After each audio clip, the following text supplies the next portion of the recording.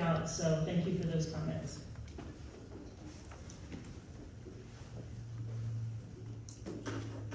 Can we go to the first slide? The first. Yeah, there's a clicker up there, I'm sorry. Oh, okay, sorry.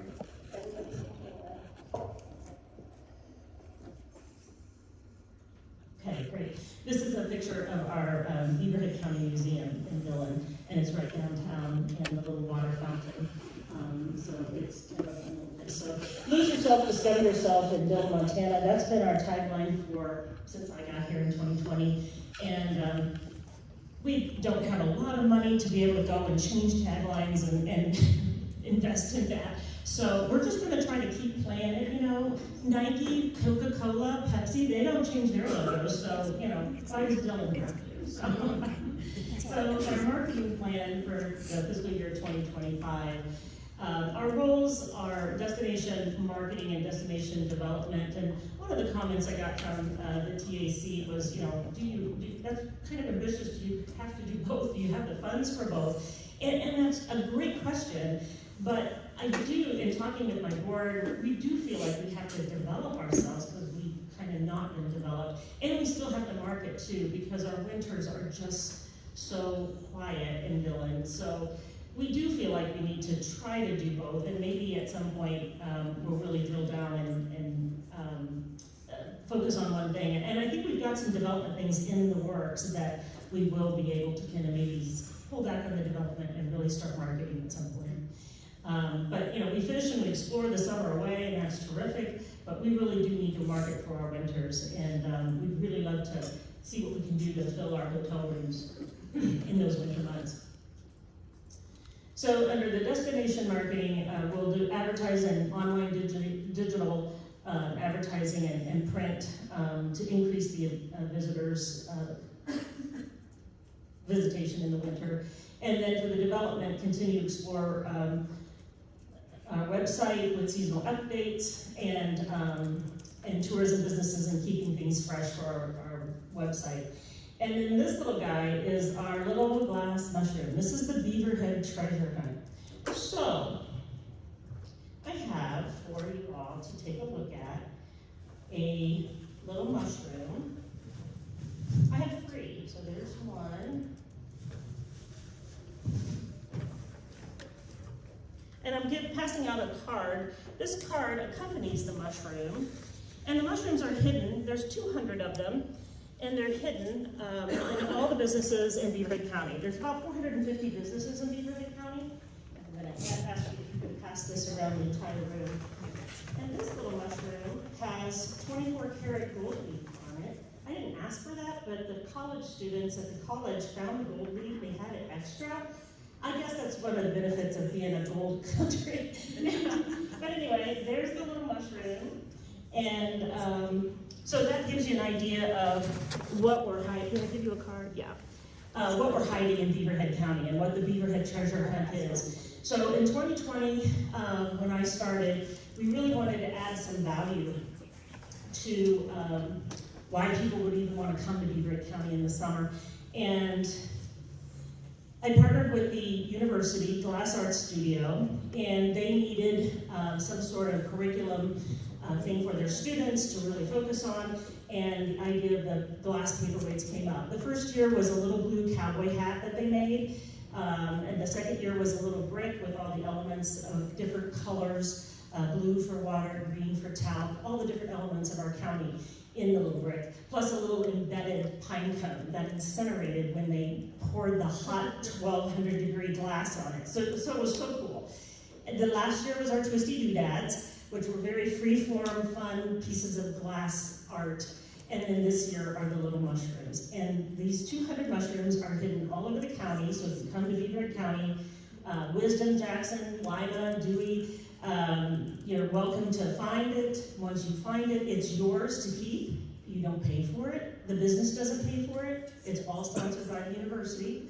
And they text me their picture in front of the business, and then I enter their name to win $100 in chamber bucks, and which they can then shop local and spend in our county and our businesses. And the business gets some recognition.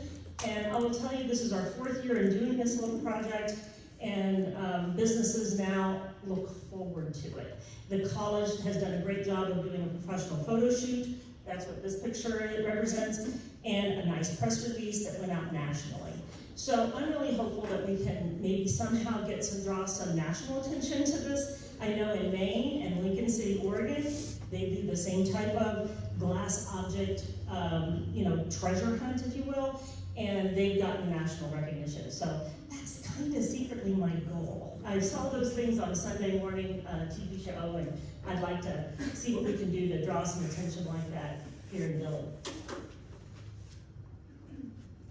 So how can we tell that we're there? We're going to get the ads placed in the national park strips, outdoors, or online digital, and print ads in Hemispheres magazine. We've been advertising in Hemispheres magazine on United Airlines. Every seat back pocket in their magazine had the months we advertise has a little ad, and it's a display ad. It's not a call to action ad. We're just trying to raise some awareness, and it has. I've had people reach out to me from Beaver County saying, I was on a flight back from Italy, and I was reading the magazine, and it talked about Morocco and different places, and then I turned the page, and there's Visit Dillon, Montana, and I'm shocked. So it is reaching a lot of people, and we are getting some awareness there. And we'll request the analytics from the national park trips, outdoor, USA Today, and Hemisphere magazine, and we're looking for a 5% increase there. This center picture is a really good picture. If you're familiar with Dillon at all, you're familiar with the bookstore, Debbie's 4-H in Dillon. She's had the bookstore now for 40 years, and she's just terrific. And this is the dancers from Shine Studio. Shine Studio is collaborated with the Silhouettes dance troupe. Silhouettes, actually, the owner lives in Dillon, and she's a nationally known dance troupe and also works for America's Got Talent. And so our Shine Studio dancers will actually join her Silhouettes National Dance Troupe, which is really pretty cool. So, but we'll use Google Analytics to track our web traffic and compare year over year. Last year we had 224 site sessions with 99% new visitors. So this year we hope to increase that by 5%. Oops.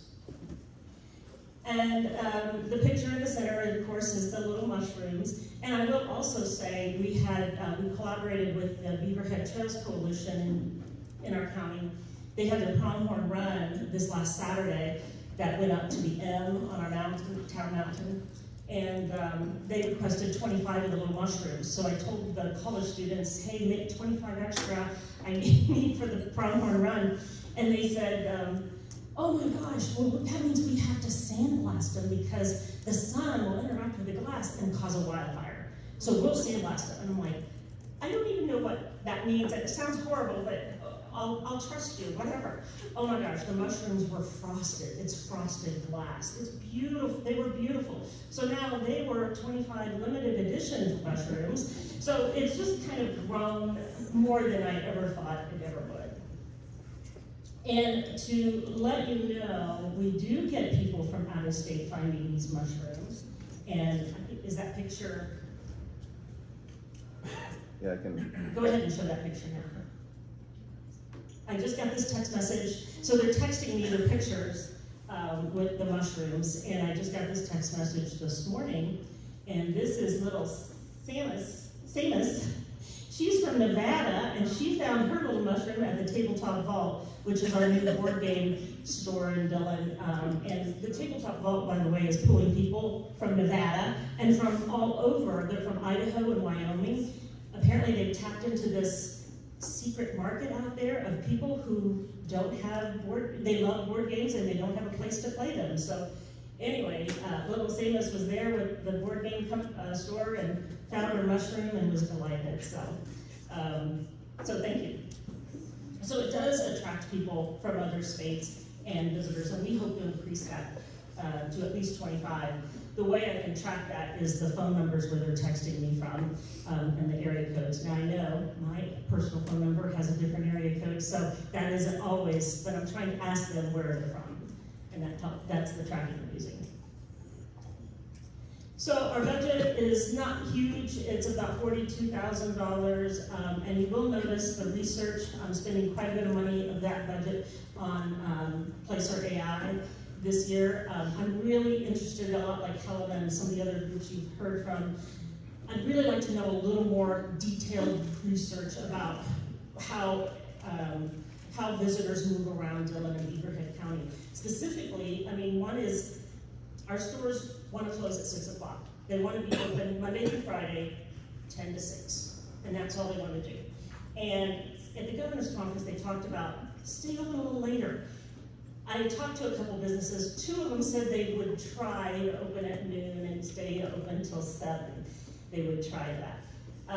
I'd love to have some research to show them. I'd love to show them on, Saturday morning at 11 o'clock in the morning. People are running around Dillon, knocking on doors, and the businesses aren't open.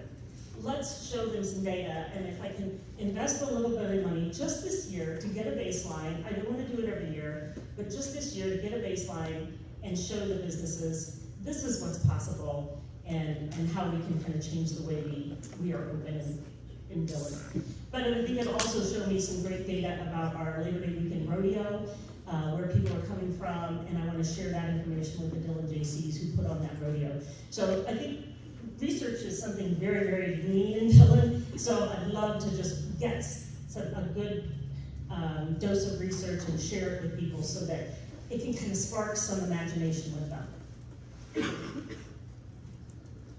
And that's all I've got. I do want to share a couple of new things that are happening in Dillon. I mentioned the tabletop golf. We have 80 new homes being built in Dillon, in the Dillon area, and that's inside the city limits and outside. We have Love's Truck Stop, or Love's Travel Plaza, is in the final planning stages. They're trying to get their final plat approved through the city council.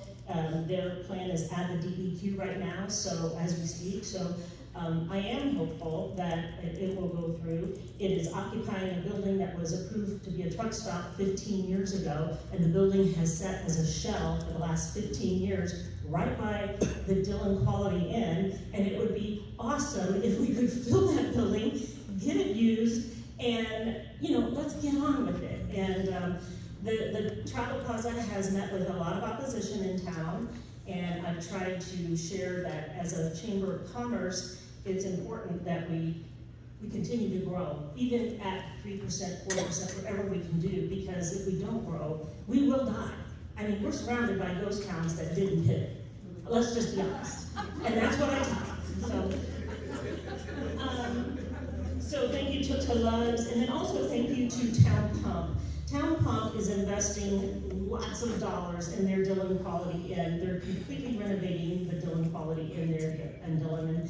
And they've gotten a few hiccups here, and it's going to take a little longer than they thought, but I'm just delighted that Town Pump believes in Dillon and wants to invest in Dillon. And that's the message I'm telling businesses and anybody else who is looking to invest in Dillon. Please consider it, because we're growing, and we are going to pivot, and we're not going to die.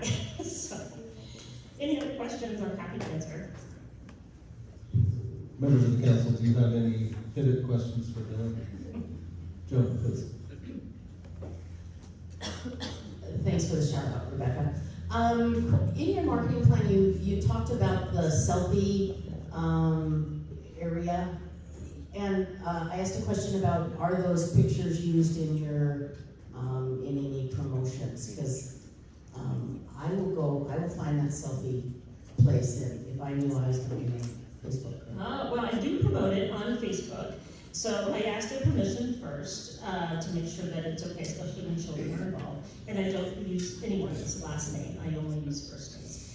But I do promote them out on Facebook, and part of that is a self-promotion for the Beaverhead Treasure Hunt. Like, look who found, Joan found the Beaverhead treasure at Dillon Quality Inn, and then I push that out there, and what that does, I can tell right away when that Facebook post, because I schedule them in advance.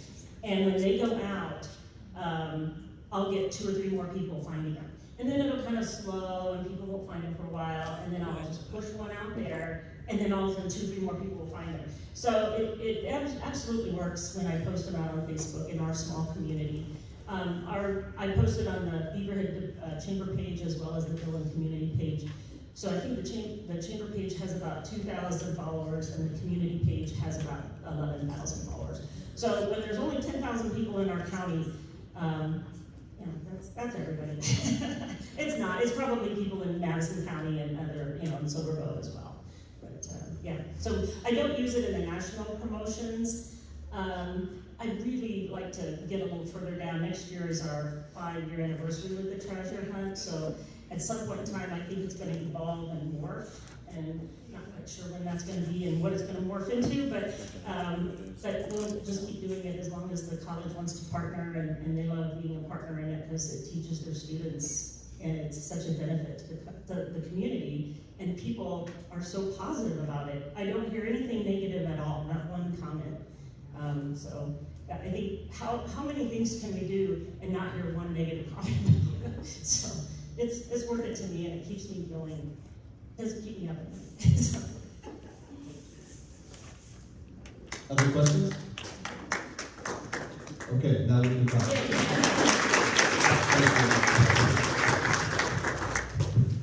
Southwest Montana, and then on deck will be West Yellowstone. Oh, no.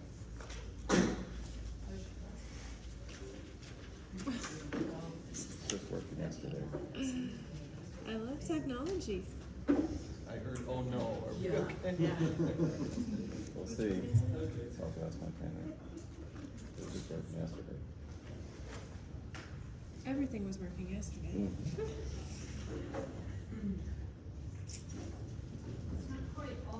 It's not quite all the slide, but I'm really busy. Okay, it's good enough.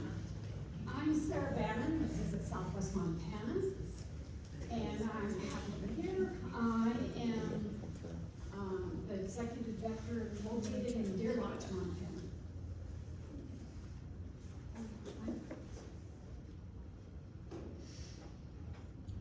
Okay, Southwest Montana is really colorful. We have a lot of history, copper barons, feisty outlaws, gold miners, Lewis and Clark explorers, hardworking cowboys, adventurous frontiersmen, and the Nez Perce battlefield. We have 21 wildlife-filled mountain ranges, and those are names. We have actually another one that is unnamed. We have many blue ribbon streams, over 3 million acres of forest land, natural hot springs, amazing underground caverns, sapphire mines, 360 species of birds, and a dozen ghost towns. And we have quite a bit of paranormal activity. Southwest Montana provides the backdrop for a lifetime of adventure. Landscapes, legends, and lore, the rest is history. So what's new?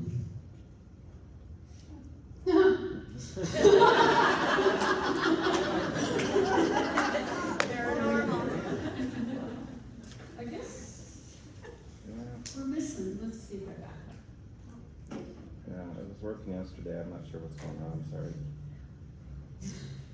We're trying to get another one loaded up. Well, I can go on to our glaciers to geysers. So this year we joined Glaciers to Geysers along with Glacier Country and Yellowstone Country. And this has just been a really great move for us. We are, it has multi-parts to it. Here's the motorcycling part.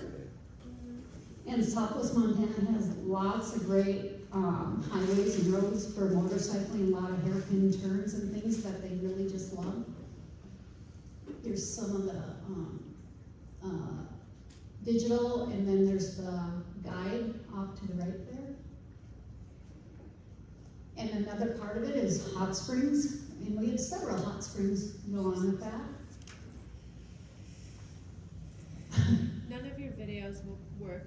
None of my videos are gonna work. Even though they did yesterday. Not right now. Not sure why. Okay. So And another layer is the Glaciers to Geysers museums in Montana. And Visit Southwest Montana is full of museums, and as you all are aware, we have the Montana History Museum, which is the gold mark of all of us. And anyway, that one is scheduled to open in the fall of 2025. And their big push will be in the spring of 2026, so we'll be a big part of that. The other thing that's coming up is snowmobiling, and we are working on that right now, and this is gonna really help with our year-round promotions. We're pretty excited about that, and there'll be like cross-country skiing as well. And this will also go well with the state's marketing, for instance, of Maverick Mountain and the different mountain ranges in our region. So we're excited to be working with that. And here's another major promotion for us. This is something that's coinciding with a lot of our partners. We are working on promoting events big time year-round. So on one side is we have all the events, on the other side we have attractions and activities. And during the summer, we are doing this June, July, August, and September. And it's our first year doing this, so we're gonna continue and see how this works, but we're putting this in the racks in our drive market. So, we're pretty excited to see, I'm glad that all our partners are really pushing this, but our big thing is to bring people in year-round. So we're gonna give them our attractions, but also our events. So, and this is, of course, it's going across Montana, Washington, and Idaho. Here are just some photos of events that we'll be doing on banner and social ads. Okay, another thing that we really jumped on is the stargazing. We have 13% of our visitors that are doing stargazing. And we have a Montana Learning Center over by Townsend. They have an observatory there, and they have the largest telescope in the state of Montana. So it just launched April 1st. We've already had 1,648 views. Our video has had 8,178 views, and the average duration per minute, should I see, is there any way that can go, you think?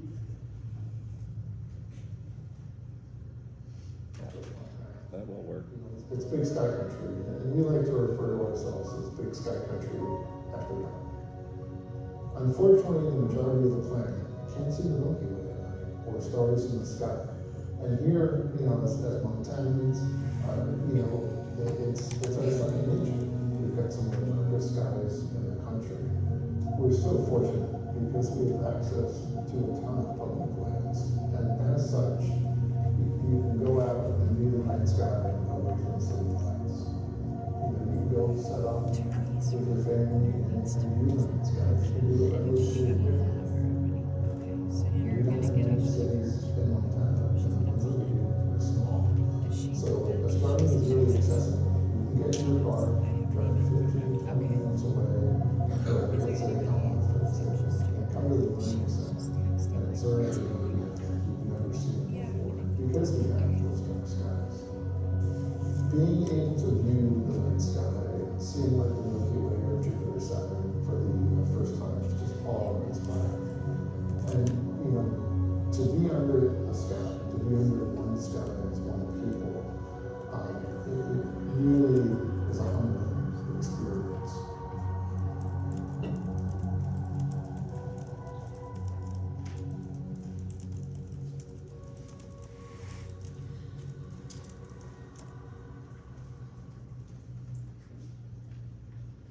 For stargazing, we also have somebody down in Twin Bridges that does stargazing tours. And we've had Rebecca go up on top of the Andrews Hotel with her friends and watch the stars over there. So we hope to become a part of the Trail to the Stars with that in the next promotion, next markup with all that.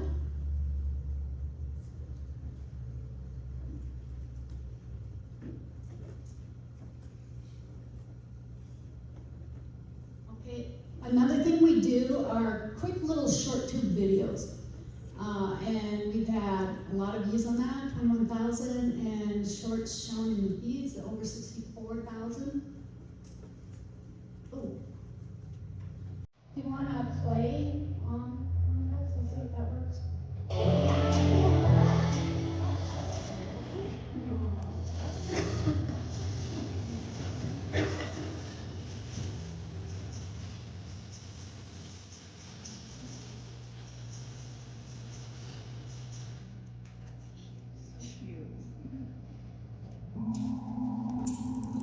Paranormal.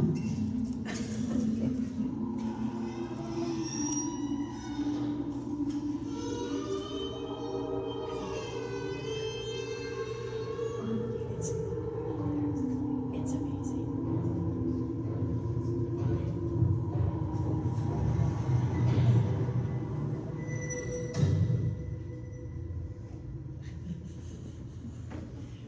You're all welcome to come visit there. Okay, diving deeper. This is Montana. Oh, I need to back up. Anyway, we work with the University of Montana and Rick Gretz, Dr. Rick Gretz, who runs our graduation program, and he also works with high school students. But we have been developing an extensive inventory for all of Southwest Montana. We're gathering information for our ad agencies to use, for anybody in our region to use for free. So here's where we're going with that. We have many different components to this whole program, and it's part of the Community Vitality Program, but as you can see, we have like communities, Continental Divide, Crown of the Continent, geology and landscapes, Greater Yellowstone, hiking, and St. Louis and Clark, mountains, forests, people, short stories, along with long stories, special places, Bob Marshall, valleys and rivers, wilderness, and we also have wildlife, and that's what those high school students are working on, getting stories of the different wildlife that Rick works extensively with. So we'll look into one component of this. Let's go to communities. Okay, you see all the different communities that we have, and there's more that's not on here. And we'll pick one out. Let's look at Ennis. So we'll have photos of Ennis, and then we have Ennis, fly fishing mecca of Montana, and the whole story following that. It's been super popular, over 45,369 total views since we started last year. And the average time on the page is over a minute. Here's some more stunning photos. These photos are all very, very stunning. Very high res, and worth postcards and framing in your home. And this just two, but we have an extensive photo library. Okay, it's been a little bit shortened due to a few things, but I think we have everything as much as possible. We might try to play those slides here for you. And maybe go to questions first, and I'll try to get something out here. Members of the council, before we see the haunted pictures, are there any questions for Sarah? Alicia?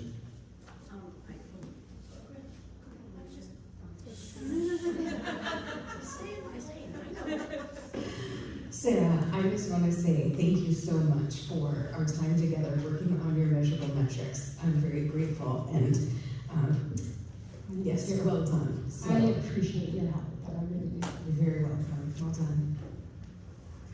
Joe? Thanks, Alicia. I have a comment that I read in your marketing plan, and it's a little tongue-in-cheek. Under challenges, you listed poor economic factors, shortage of year-round full-time positions with benefits. I don't know if you knew there's like 9,000 town pumps in your region that offer benefits, so I will, full-time and benefits. I will keep passing that on. We're very grateful to that. Town pumps, we look for them all the time because they really deliver a great service too. So.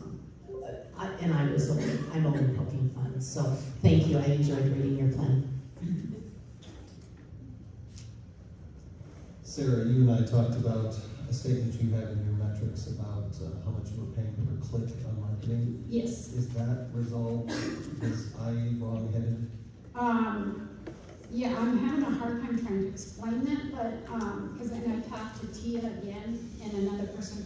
And so I think what we would say is those are all targeted metrics. So they go after people who are interested in those things, and then they also pull in the social media and clicks to links and in the website. So that's as far as I could get. It's just really hard to explain that. Yes, Mike, Sarah, and I worked on that, and so that is resolved in her measurable metrics. Okay. I was just questioning the amount per click, and $1.50 a click, that just seems awful I expensive. know. I'll We see. removed that and used, yes, we removed the number. Yes, and using a different benchmark. Yeah. Okay, members of the council, as Todd is trying to get the presentation finished, I have a couple points of clarification. Sarah will still need to change her budget form. The budget we approved at the meeting last month, there's been an addition to the budget of $195,000. So Sarah, would you take just 30 seconds and tell us why you have this money and how you intend to allocate it across your level? Yes, I'd be happy to. So we had a lot of money set aside to do a branding and strategic plan, but at the same time, the state is in the middle of doing a branding, and so we want to make sure we're on top of it with them. Also, we were going out for an RFP for an ad agency, and we weren't sure where we were going to end up with that. And so we didn't feel like if we had a new ad agency, that it would be good to use an ad agency you're already using to do that information for a new one. So we were hoping to wait until we knew who for sure our ad agency is, which will be the Abby agency, just to let everybody know. And so we want to work with them to develop this new brand and strategic plan that will also coincide with the resiliency plan. So we kind of pushed all that over to what we want to spend in the next fiscal year. Okay, and what that is we are going to do the $75,000 for a brand that we're going to try and encompass the whole region so everybody can have a cohesive brand and it will talk to all of us. And then also the strategic plan, which is going to help us just really make a plan, and it's going to be good for an ad agency and all of us. And then also we want to do a robust creative with that, so we also added $30,000 for creative. Alicia, go ahead.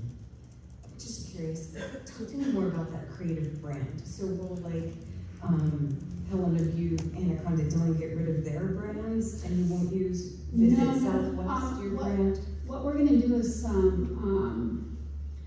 there'll be all that research to fit everybody in, and then we won't redo their brands, but we will make sure that ours fits in. Like, we have the outdoors, we have the history, we have colorful people. So we'll encompass everything, and our region works in all of that. So we'll do our best to work with all our communities to make sure we're all matching, are all fitting together.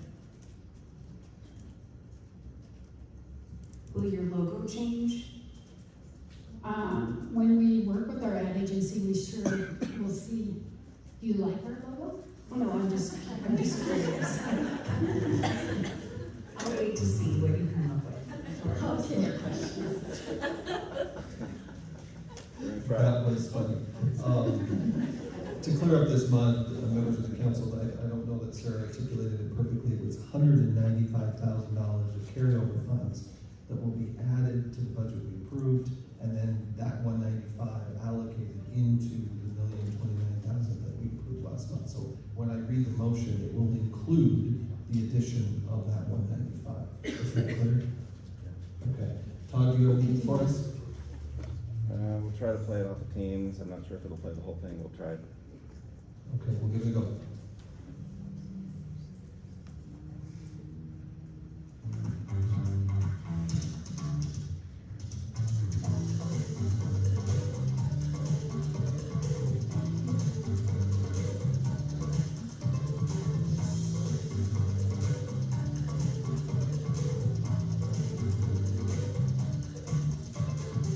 Soaking, burning, and rock pounding.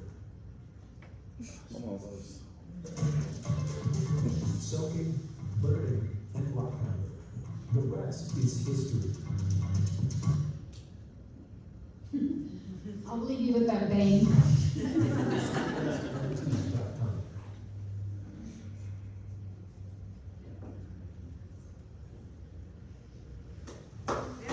Thank you, Sarah.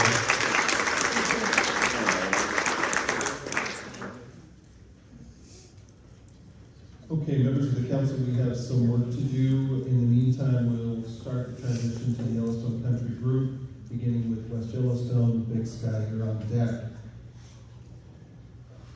Members of the council, the marketing committee recommended approval of the 5 plans that represent Southwest Montana. There is, of course, a change to what we talked about with the budget of Southwest Montana, but irrespective of that change, they are moved to approve the plans of Helena with a budget of $189,000, Dillon with a budget of $42,060, Butte with a budget of $196,736, Anaconda with a budget of $32,940, and Southwest Montana with an amended budget of $1,224,797. I'm looking for a motion for final approval of those 5 plans. Is the Sailor so moved? Is Alicia second? We have a motion and a second to approve the 5 bundled plans of Southwest Montana region. Council members, are there any questions or comments on that motion? Any comments or questions from the crowd? Anybody online? Yes, Alicia, please. Thank you, Mike. This is Alicia Harvey. I'm just really thrilled to see the collaboration and partnership between regions that is going on with the inclusion of Southwest, with the glaciers to geysers, the Night Sky Initiative, and I'm really happy to have brand MT, or Destination MT, and commerce people in the office, because I know they're looking to build their brand, and we're going to get some really good ideas coming from our own regions in the room, and we thank you for helping to promote those at a statewide level as well. So I just really am encouraged by the collaboration and continued partnership.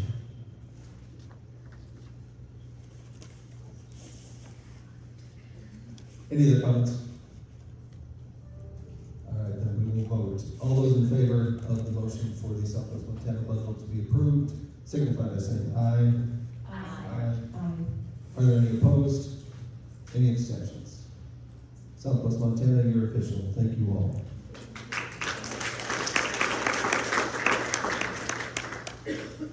Welcome, Yellowstone Country. Good morning, and you have the floor. Good morning, I'm Katrina Weesey. I'm the President and CEO of Destination Yellowstone, which is the DMO, the Chamber, and the Visitor Center. So we encompass a lot with a very small group. So I wanted to start just by giving you a few of the highlights from FY24 that I am most excited about for this year. The branding of the West Yellowstone image. So in the next slide, I'll show you kind of what that encompasses, but our TBID and our DMO decided to this year really make our brand consistent. And we decided that no matter what dollars were put forward, whether it was the DMO's dollars or TBID's dollars for marketing, we wanted our logo on everything, both of our logos, so that we had a consistent image go out and it didn't look disjointed or fractured. So we spent a lot of time really kind of looking at our fonts, our colors, everything so that we looked consistent, and you'll see that in the next slide. The next thing that we went after was strategically looking at our website and tackling our website health and our search engine visibility, focusing on our increased organic traffic for our session growth. So we focused on a few different things every month, including a really in-depth audit. And then we worked on SEO. So we're currently sitting in the 26, 27 spot on Google searching. So that means when you go into Google and you search anything with our keywords, it's gonna pull us up in the 26th through 27th spot, which on a Google search, 25 is that first page. So we are right on the brink of being on the first page of a Google search, which is huge when you're looking at anything Yellowstone. We're competing with a lot of big names out there, so we're really excited about that. That was a key that we really went after this year. My website company is doing a lot of things behind the scenes to really enhance that SEO capability. And then the next thing that we were really excited about is our Visitor Information Center. When it was built 20 plus years ago, the bathrooms have never been remodeled. So they were literally falling apart around me. The floors were coming up. They were really dated and needed a little love. So next Monday, we're actually undergoing a full remodel. So I was really appreciative that I was able to use some of the CBB dollars to help bolster that and really make that come to fruition. So we're actually closing down those visitor center bathrooms for 2 weeks and pulling in some porta potties, which is going to be interesting. Those bathrooms see about 1.5 million visitors every year, and we're right in the beginning of our really heavy traffic season. We're seeing about 6 to 7 bus loads of visitors every morning before they depart into Yellowstone. So 12 porta potties is going to be interesting for 2 weeks, but you know, we'll do it smiling and hopefully it goes well. So this is the new look at our branding, or our co-branding. You can see we've got our Destination Yellowstone logo as well as the new TBID logo with the little bison on it. They underwent an entire rebrand last year, and that's the new logo they came up with. We really started focusing on a clean, crisp look with some fun, punchy taglines, such as, they say winter is no fun, or they say it's too cold to go outside, or they say location isn't everything.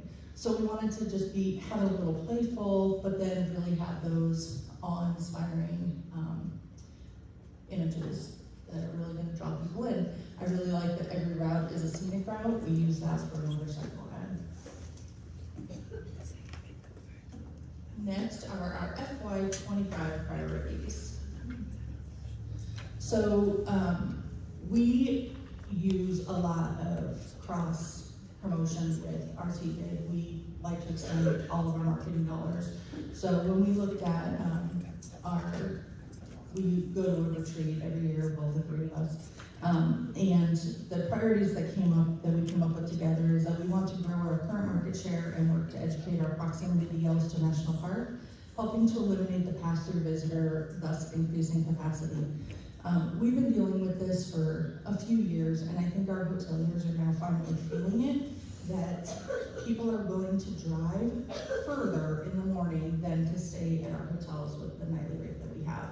It's just getting so high. But the past couple of years, people were willing to pay it, so they didn't have to worry about that nightly rate.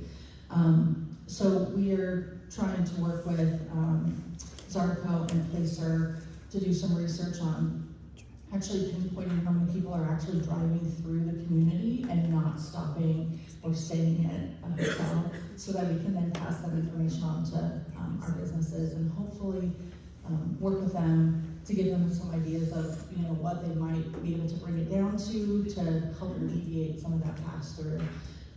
Some of the messaging that we're working on is spend time driving to West Yellowstone, or instead of spending time driving to West Yellowstone, we want to spend that time seeing Yellowstone. So we're really working on, spending time in the park instead of driving here, or we're the closest jumping off point. So we're literally 45 minutes, as long as you don't get stuck behind bison, to Old Faithful and the closest points in Yellowstone. So we're really leaning into that messaging. Our second one is bolstering our shoulder season occupancy. We used to be fairly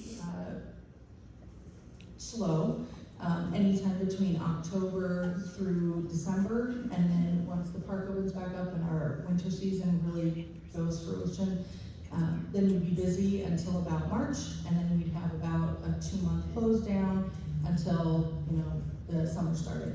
Now we're seeing almost just a 1 month on both sides. So about November to December 15th, and then about March 15th through the end of April. So those are really what we're still leaning into, is trying to get the visitation through different things, different activities. Our seasons typically in November are still really good for hiking and all things outdoors. And then we have great skiing in the April to beginning of May. Last year it was really great until almost June. And then the final one is our visitor experience. We are prioritizing customer satisfaction through exceptional customer service, which will give us a competitive advantage. And you'll see that on one of the things that we're really excited about that we are going to be going after this year. So looking forward, and that is a view of our shoreline trail. So this past year, we finished paving our shoreline trail. So it starts just outside of town, and it goes all the way to to Jackson. So almost all of it is completely paved. There's a few sections in Idaho that aren't paved yet, but ours from the West Yellowstone all the way to the Idaho border is paved now, and it is absolutely beautiful. So if you have not gotten up and seen or ridden or hiked the shoreline trail, it's absolutely breathtaking. So new exciting projects in FY25. So I broke it up to highlight one out of each of our destination marketing, our management, and our development, just to kind of give you a quick overview of things that we're really excited about. Our quarterly web enhancement. So last year we really went after our website. This year we're plugging more money into it, and we're going to be doing different things by quarter. So our website company, Ballister out of Florida, they're absolutely amazing, and they have set up. They came to me and said, I think we really need to look at your website with different things that we can do by quarter. And one of the main things that they're going to look at this year is going after a new overhaul of our database to increase our map functionality, and also a website itinerary building that'll increase the website health of everything that's going on the back end. And then for destination management, we are co-writing with our TBID a crisis communication plan. So, crises are not new to us. I think ever since I took over as president, I've had one every single year, which is unfortunate, but it's really helped us be able to learn to pivot as an organization, and it really became evident that we needed a crisis communication plan in place that we could then give to our community and just let them know, hey, this is how we're handling it. This is everything that you're going to hear from us and what we're going to do for you, so that they feel like they have some support going on and that they know ahead of time what is going to be handled and how. Let's see. We were very thankful we utilized the crisis communication plan outline that Yellowstone Country put out this year. And so we provided that to our agency, and they used that as kind of a jumping off point and strategized with that, and then used ours going forward. And then for destination development, the thing that we are most excited about, I have been wanting to do this for several years, but figuring out how to do it was, it's just been brainstorming for a few years. It's community customer service training and visitor recreation responsibility training programs. So this is kind of an evolution of when we had Superhost through the state of Montana, and West Yellowstone has been doing kind of a Superhost-esque. We call it local host or local 101 training but the visitation, or the people in the room has kind of declined because we either don't have our J1s in time, or the businesses are so busy that they can't allow their front staff to come and actually come to the training. Usually we would do a 2-part training, one in the morning and one at night, to try and get those people into the room with us and train them on everything West Yellowstone. Where is the post office? Where do you find an ATM? And then give them some customer service training on how to actually work a front desk. So I have been talking to most of my businesses and saying, well, do you guys have an onboarding system? Well, how do you train your people? And this is the evolution of it. So we are going to go with a two-pronged approach for education. And in September, we have our marketing agency Went. They're going to be coming up to town, and we're going to be shooting between 5 to 10 videos. And one avenue is going to be for our customer service training. So it's going to be information about the town of West Yellowstone, activities in our region. There'll be short form videos that will help expand our visitor experience and provide the opportunity for education whenever staff trainings are needed, thus allowing us to help our town provide top-notch hospitality through customer service. These videos will be able to serve our businesses as a part of onboard training for our community. So they'll live on our website, they'll also live on YouTube. So these are things that they can provide their staff before they even get to town, and get them just fully immersed in our town and what good customer service looks like, and what we want our customer service to look like in West Yellowstone. The other half of the videos are going to be visitor education videos for recreating responsibly, traveling with the local while they're in West Yellowstone, and while they're in our community, what we want our visitors to look like. Examples are such as how to use bear-proof trash cans. A lot of people can't figure that out. The importance of putting out a wildfire and how you actually do that. It takes a lot more water than one would think. And how to use bear spray, and that it's not bear repellent, and that you shouldn't spray your children. The amount of times I've had to call the fire department because I've seen families actually spray their children down is sad to say. So those types of information are really needed out there. We laugh because it seems just silly to us, but for travelers, especially international travelers, they don't understand what that is. So hopefully we can get that messaging out in a safe way and prevent some of these accidents from happening in the first place. And that is what I've got. Thank you. I have to admit, I love the idea of bear repellent. That is really funny. Members of the council, questions for West Yellowstone? Okay, Matt, go ahead. Hi there, Matt Gigo. Good morning, nice job. Thank you. Just a question on how you intend to distribute that content you're going to build out for how to recreate responsibly, especially when you're talking about international visitors who a lot of times will wait till they're on Wi-Fi in order to link onto the internet and things like that, so they're not using data. So trying to get that in front of people before they make those mistakes, like spraying their kids with bear spray or getting frustrated and just leaving their trash on the ground. So I'd just love to know how you plan on getting that messaging out to the public. Sure. So we'll use it on our social media, on our website, in paid ads through social media, but then we'll also use it in our visitor center. We're the busiest visitor center in the state of Montana. Last year we saw almost 280,000 visitors through our doors annually.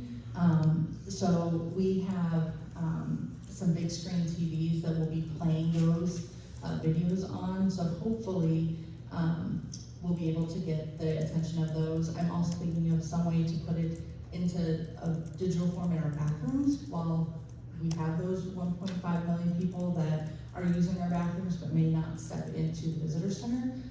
So while they're waiting in line, they can actually see that content as well. Great, thank you.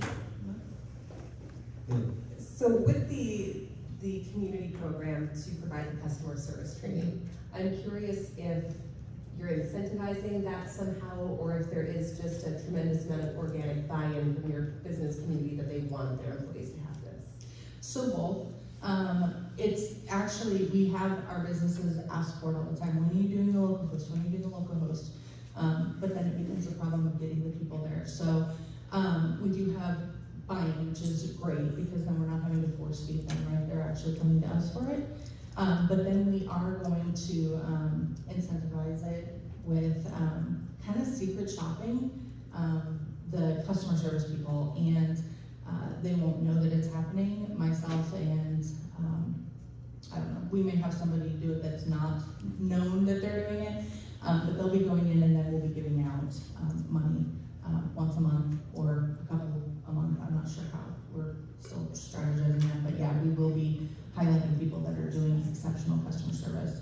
The nice thing is that Audie has, with TVID, she's the director of marketing for our TVID, she has an extensive background in writing customer service programs. That was what she did before she came to TVID. So we have, you know, a wonderful knowledge base of what a good customer service program looks like, and then we can really tweak it to what West Yellowstone needs.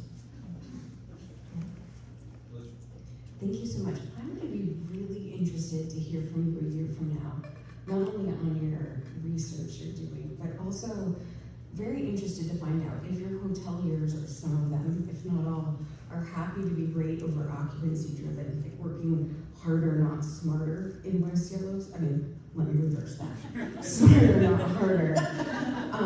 That works for some properties, but may not work for others. And then if you don't have that feet on the ground, then that's not people shopping or eating, dining, right? Because of the inventory that has been close to you, like going on in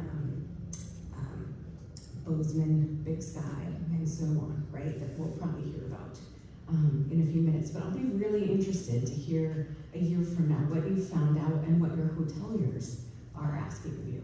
Yeah, I'm interested, and unfortunately, we're finding that a lot of people are coming from Idaho Falls, which, if I'm gonna lose my nights to somebody, I'd rather it be somebody in Montana and not Idaho, so we're constantly trying to redirect. If they don't wanna stay in West Yellowstone, we're trying to at least make sure that they're staying in the Montana corridor. Yeah, thank you, because it'll be very interesting to see if your lodging facility collections go down with your shrinking shoulder seasons and your summer, so one to watch. Thank you. You're welcome. Comments from the room, questions? Well, I leave these presentations, all of them, with a little bit of information, and I'm going to remember that 1.5 million people use the bathroom in the Yellowstone. That is impressive. Thank you very much for your Thank you.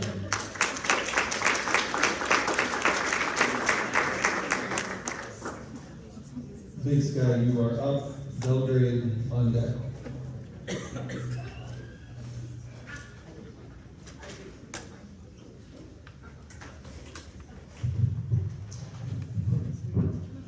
Hello, my name is Brent. I'm an executive director for Visit Big Sky. We too are following West Yellowstone as adding a new tourism attraction, which is now called public bathrooms. So we're excited with 4 new bathrooms coming online in September. So 2 new bathrooms would be the highlight of your community. I decided to take today's presentation a little sideways. I realize you guys have seen a lot of marketing plans, and it seemed like in the instructions there was an opportunity to kind of highlight something that's exciting to us, something new that's that we're investing in that has got a lot of engagement. So I'm not going to show you marketing slides and demographics and all that kind of stuff. I really wanted to talk about destination planning and destination strategy work, and specifically a survey that we just conducted back in December. So let's kick that off right now. So one of the things that we always find is we always are marketing, we're always trying to track feedback and what's the best return on our investment of our marketing spend. But at the same time, how do you really understand what is the product that we're selling and what is the result to our visitor and the consumer in general? So we launched a pretty aggressive program, and I know everybody's probably seen the Survey in the Box program that comes out of the University of Montana, but we took it really to drill it down to a much more focused local concept of what is the product that we're selling and how does it affect not just our visitor but also our residents. And this is where this project in regards to destination strategy and management work is. We're looking through the lens now, not just in regards to our visitors, but we really are all about our residents. And I think that's a common theme, and especially in a community that has 3,000 residents, but on a nightly basis we have 15,000 visitors.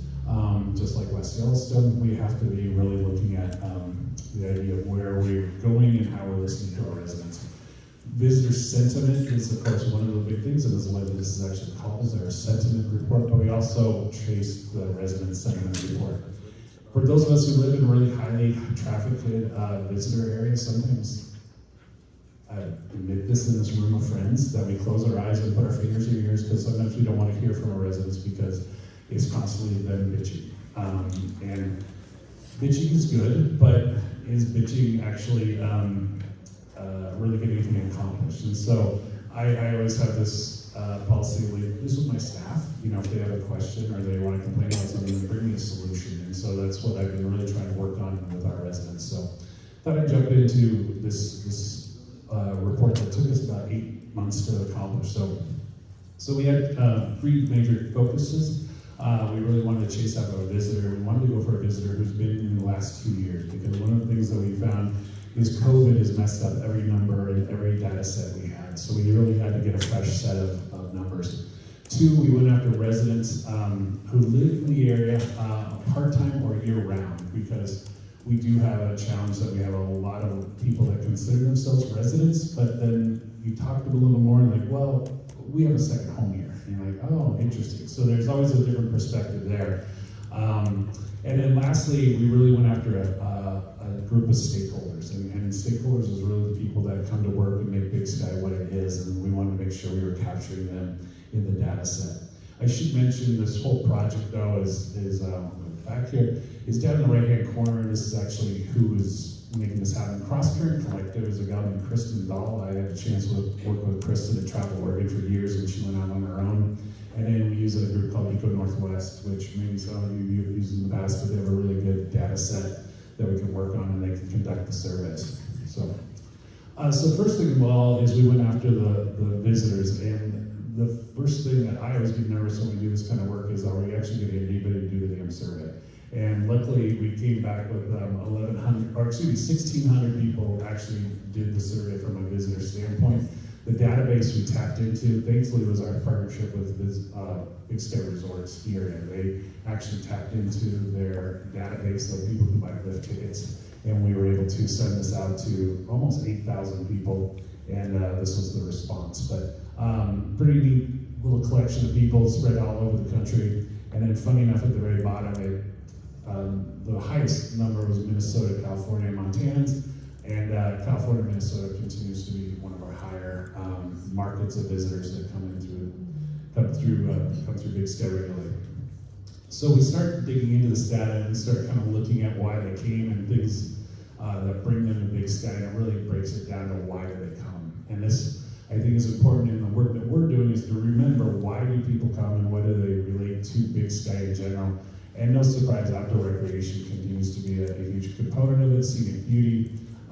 Funny enough, public restrooms did not get on this list. I'm a little disappointed, but we still continue to look at why are people coming, and just right in the top 5, you know, people still feel like it's a safe place, it's got great accommodations. Affordability is number 5, and I'm going to visit that in a second when we actually get to the cons of the data, but it continues to be something that we'll continue to work on, but that people really think of Big Sky as an outdoor recreation place or a recreation mecca. And that continues to be one of our key pillars of what we do. So now we also dig into, and I had a very complicated slide, and I decided to stick with this simple one, is of the 1,600 people that completed the survey, here's sort of just the high level things in regards to the positives of that. Appreciate the natural beauty, the skiing, the outdoors. The third one was recreation friendly and helpful people. We heard that throughout, that everybody in Montana is really nice. And that was a really nice thing, especially as Katrina was just talking about sort of frontline training. I feel really good in the fact that our community still welcomes people. People love the new chairlifts, and The second to last one is satisfaction with specific amenities like heated chairlifts, which is great. I'm glad those work, but fun kind of thing there. Neutral people certainly recognize some of the challenges we have, overcrowding and too many people coming to the area. And then I'll hop into the negativity. That this list could have been a lot longer, I guess is where I was going with this. But interesting that people can complain about overcrowding, lift tickets, cost of hotel rooms, wishing for more restaurants, impacted growth. Fourth to the bottom was an interesting one, calls for fair treatment of employees and better support of the workforce. And you're going to see here in a minute as some of the workshops that we built out of the survey deck was really focused on workforce. And I think, again, I think we as an industry and tourism in general, we're always thinking about heads and beds, but we also have to think about the other side, is thinking about the folks that are making our businesses run and our communities go. So great to see that was something that was really key to a visitor. Visitors were concerned about our workforce, which is something that we appreciate and an opportunity to highlight and work on. So, all right, well then we jump into the second half of this. So we did the visitor side of the survey, now we do the residents. The resident numbers were not the same, but we did still had 674 respondents.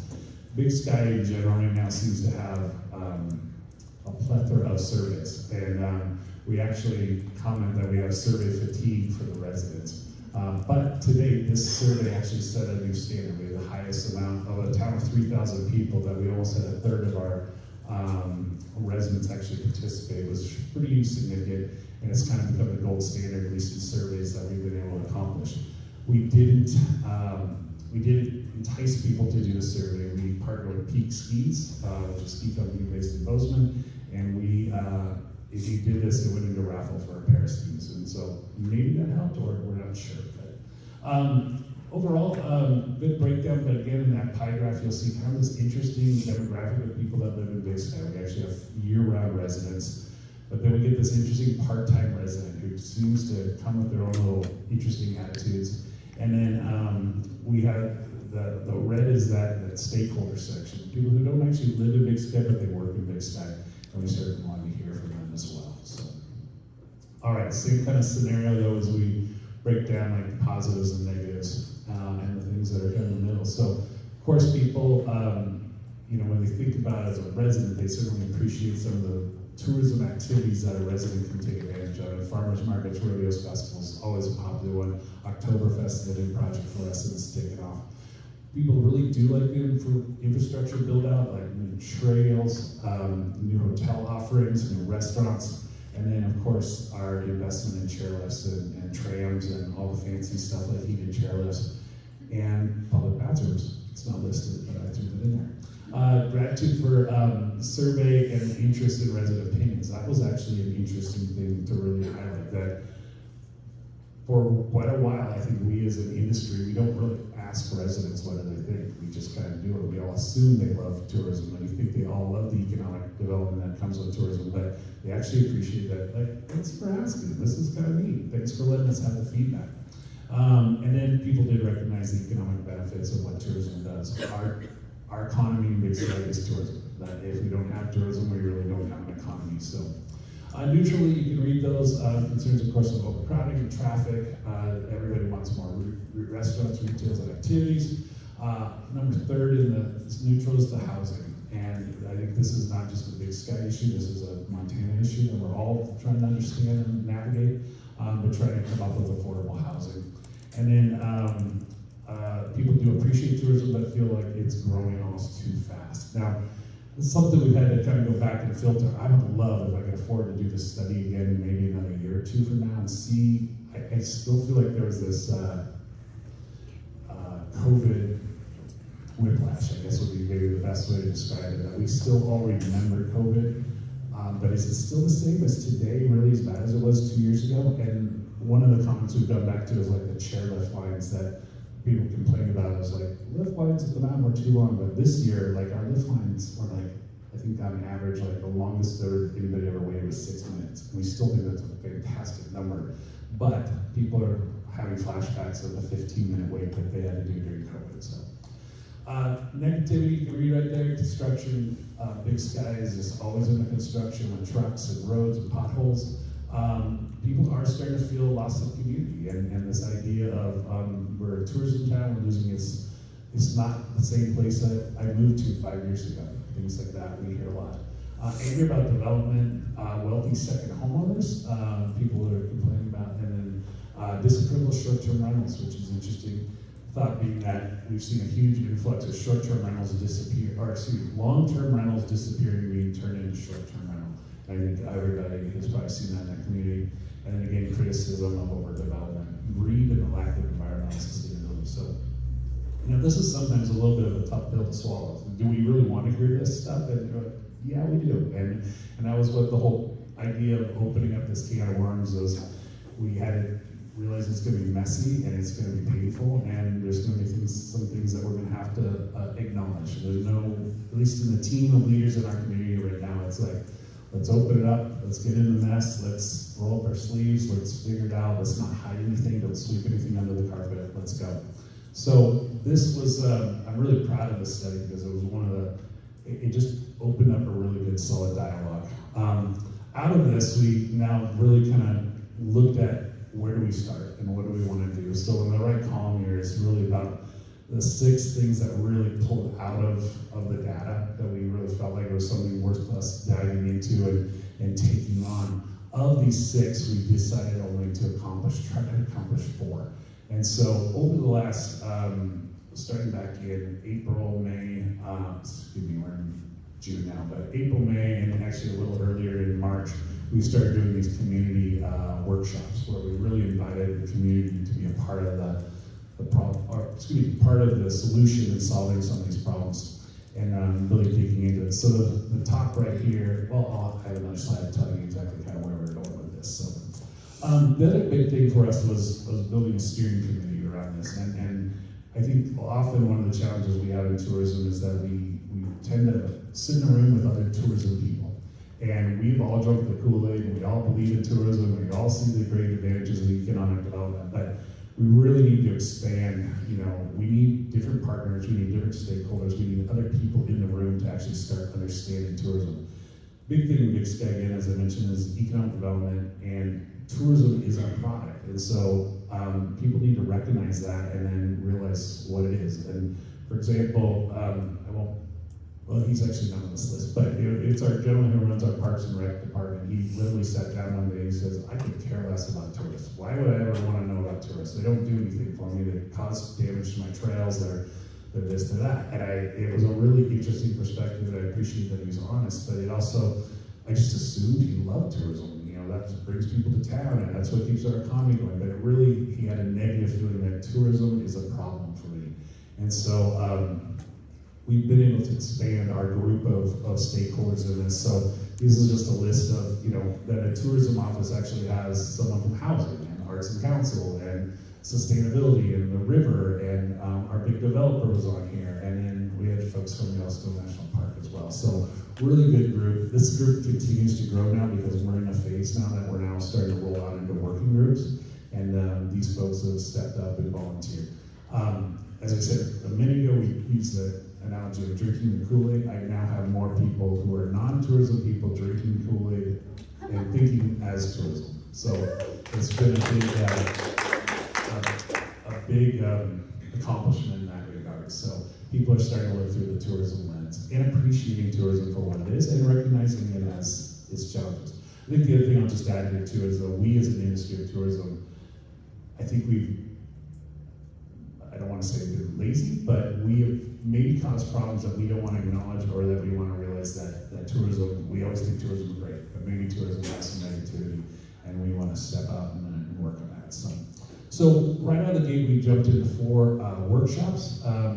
This was something I was a little nervous with, is you can certainly have people do surveys, and people can be very quiet, or they feel safe doing a survey. They can say whatever they want, but then what do they really show up? And so what's worked out great is we jumped right into a sustainable tourism workshop. We had 24 residents. We did outdoor recreation planning, 42 participants, then tourism workshop.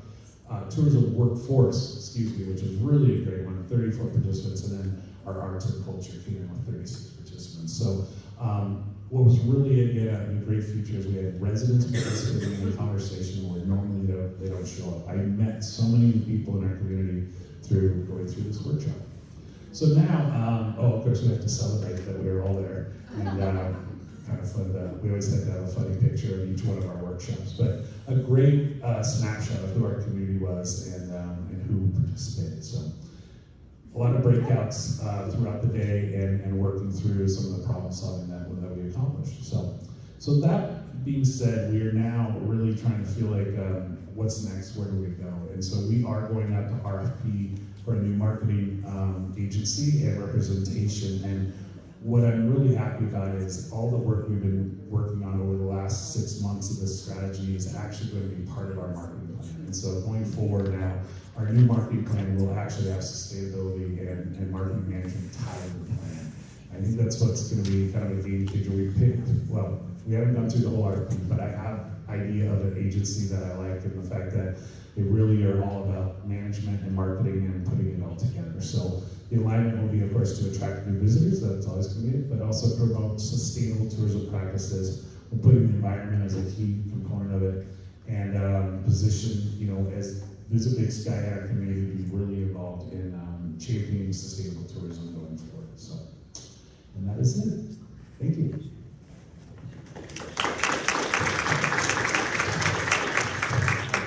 Group, do we have any questions for Big Sky?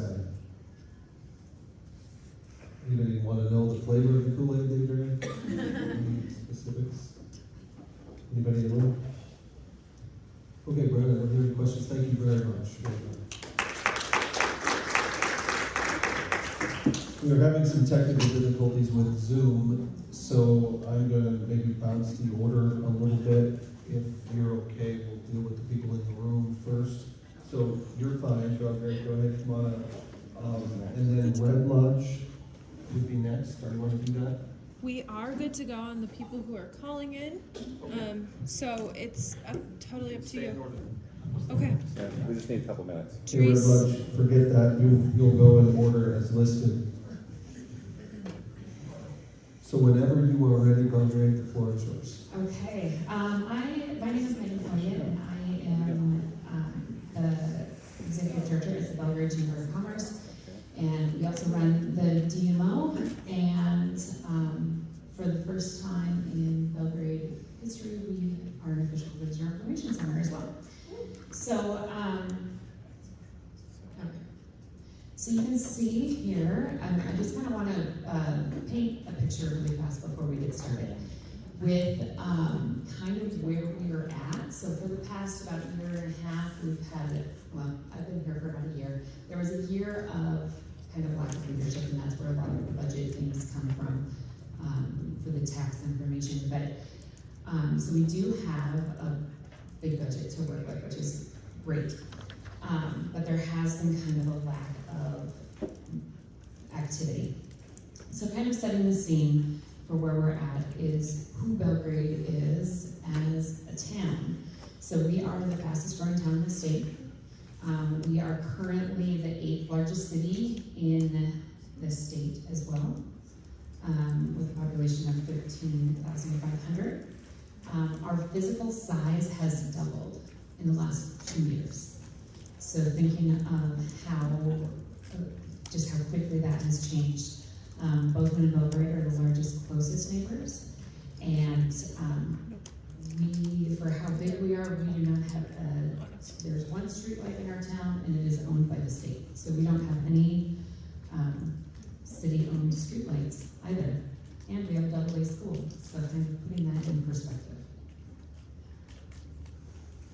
So looking, there's our city center, and in our backyard is the Bozeman Airport, ironically. So still painting that picture of where we're at. So the airport is right in our backyard. They have 12 seasonal flights and 13 full-time flights coming from there. This is kind of where they fly. Their wish list is about 6 right now. We have 12 different airlines that go out of there. You probably might hear some of this from other people in our region as well. This kind of shows you how many people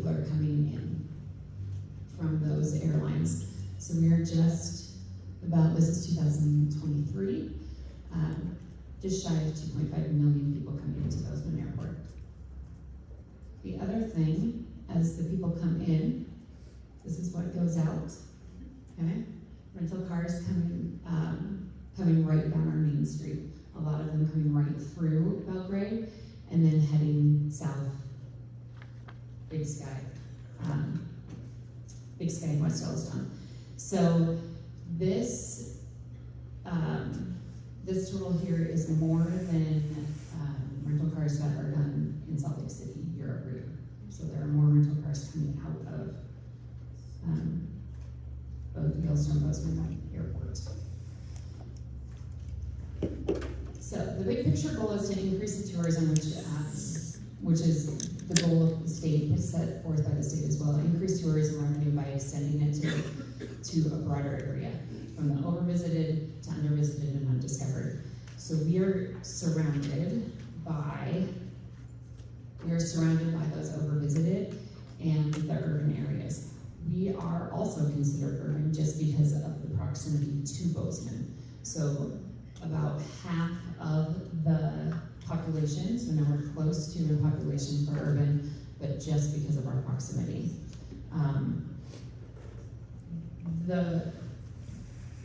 The challenge with that, one of the challenges with that, is trying to figure out what we have to offer as Belgrade that isn't 7 miles down the road in Bozeman, or just 44 miles down the road. How can we attract people to Belgrade and make them stay, maybe, or just spend a little bit of money on their way through? Okay, so the big draw that we can never compete with, and we don't want to compete with, we want people to keep coming, is Yellowstone National Park. So what we're trying to do is make the trip last a little bit longer, help them be informed, help all of the initiatives that are already going, that you guys have heard of some and will continue to hear of, creating that level of respect for our way of life, and who is already living there, that appreciation for tourism, open the door to the vastness, and then also be the resource for the return trip.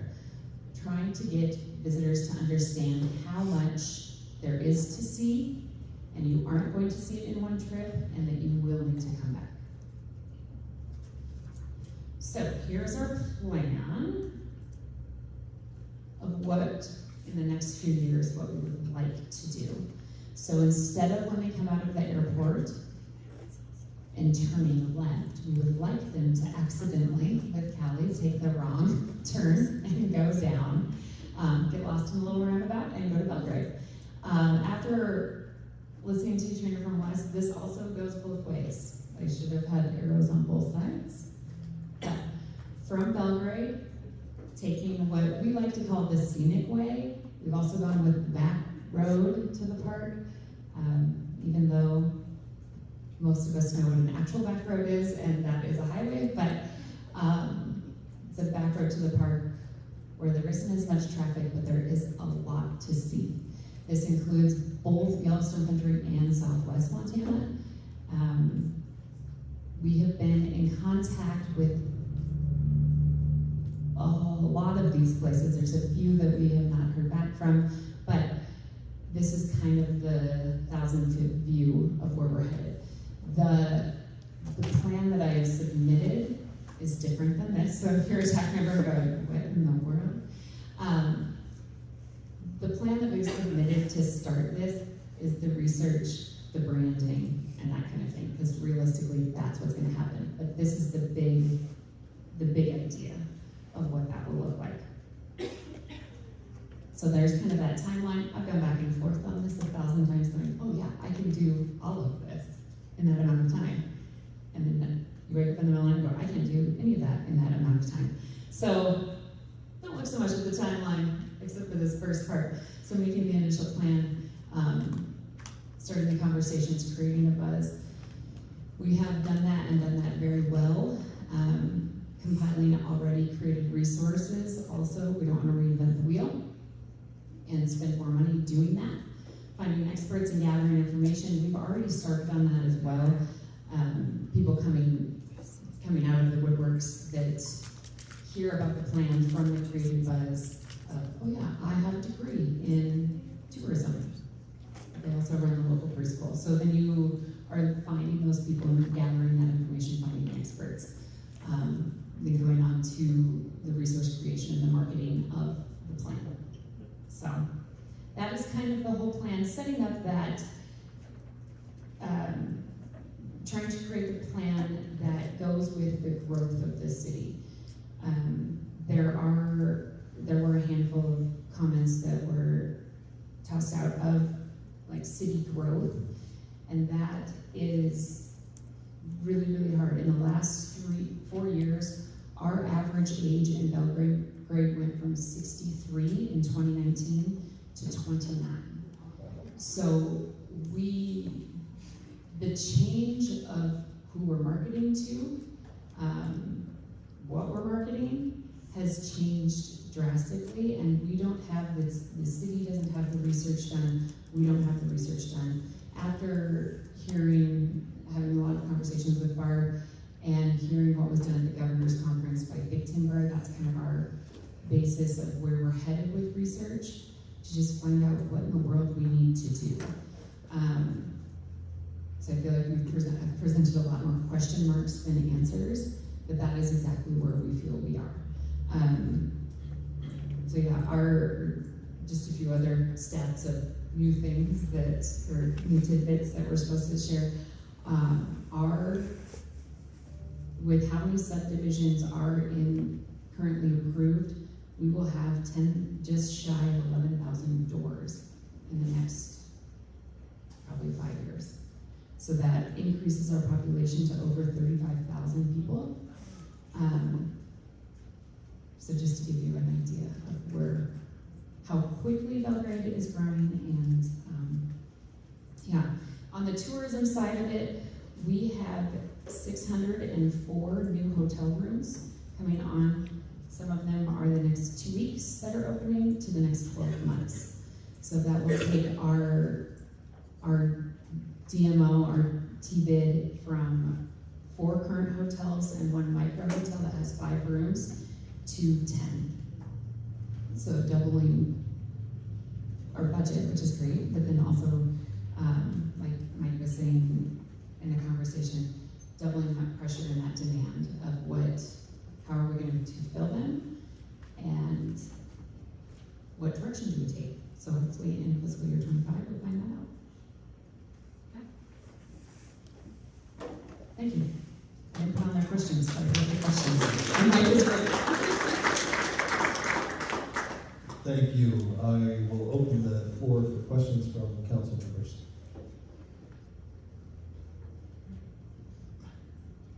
I guess I'll throw the first one out. I appreciate all of the information, and what an amazing place you're currently sitting in the front row of watching the fastest growing city in Montana evolve into something very different than it is and has been and will be. So what an amazing opportunity. As we talked last night, the pressure on an organization like yours to fill those rooms and to make everybody happy in the process and to spend money wisely and do all those things is enormous. So you have respect from this room, and you also have the invitation to seek advice and counsel whenever necessary, because I think you might need it. Any other comments or questions about Belgrade? Yeah, just one quick question. You talked about that sort of long-term plan about take the back road. Has that been met with any negativity from some of those communities in that increase in traffic and what that might mean for those communities? The people that we've met with, we've not surveyed or anything gone that next step with the actual residents. So the people the players that we were talking with are the people in tourism. So all of the feedback right now is very positive, and it's great. And I'd like to live in this little bubble, but know that obviously that will change. Thanks. Questions from the room? Very nicely done. Thank you very much.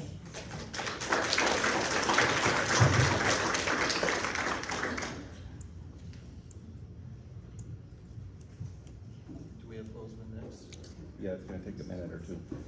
I got called. We're gonna call Bozeman, so we have about a 90-second break, so if anybody needs to fill their cups or stretch their legs, please do that now. As soon as we get Daryl on the phone, we will be done. It's Brianna. Oh, it is? I've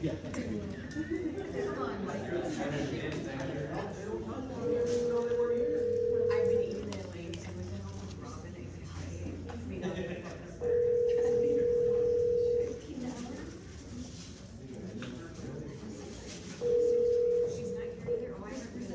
Chamber of Commerce, this is Brianna. Hey Brianna, this is Todd. Can you hear me? I can you hear me? I can. And everyone else can too. Perfect.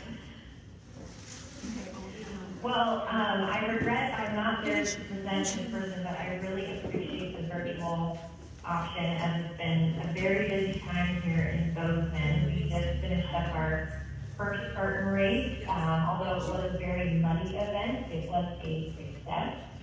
We were projecting anywhere from 10 to 11,000 participants, and total number registered came out to 11,243. And then we also had over 1,800 spectators, which Spartan specifically was really surprised. I don't think they were expecting that many spectators. So overall, a really great event. So with that, I will jump into our FY25 marketing plan. And then if you go to slide number 2, I will just kind of jump in there. So it's no secret that Bozeman is growing and continues to grow. In 2023, we had an estimated almost 5 million people that traveled to Bozeman. And for our lodging tax collections in 2023, we did total over 5 million, which was more than double the numbers from 2020. Bozeman's busy season, as it is for other destinations, is compacted into the summer months, which affects both the airline loads and hotel occupancy. Specifically for our hotels, we're projected to grow from, we landed at almost 3,000 hotel rooms in 2023.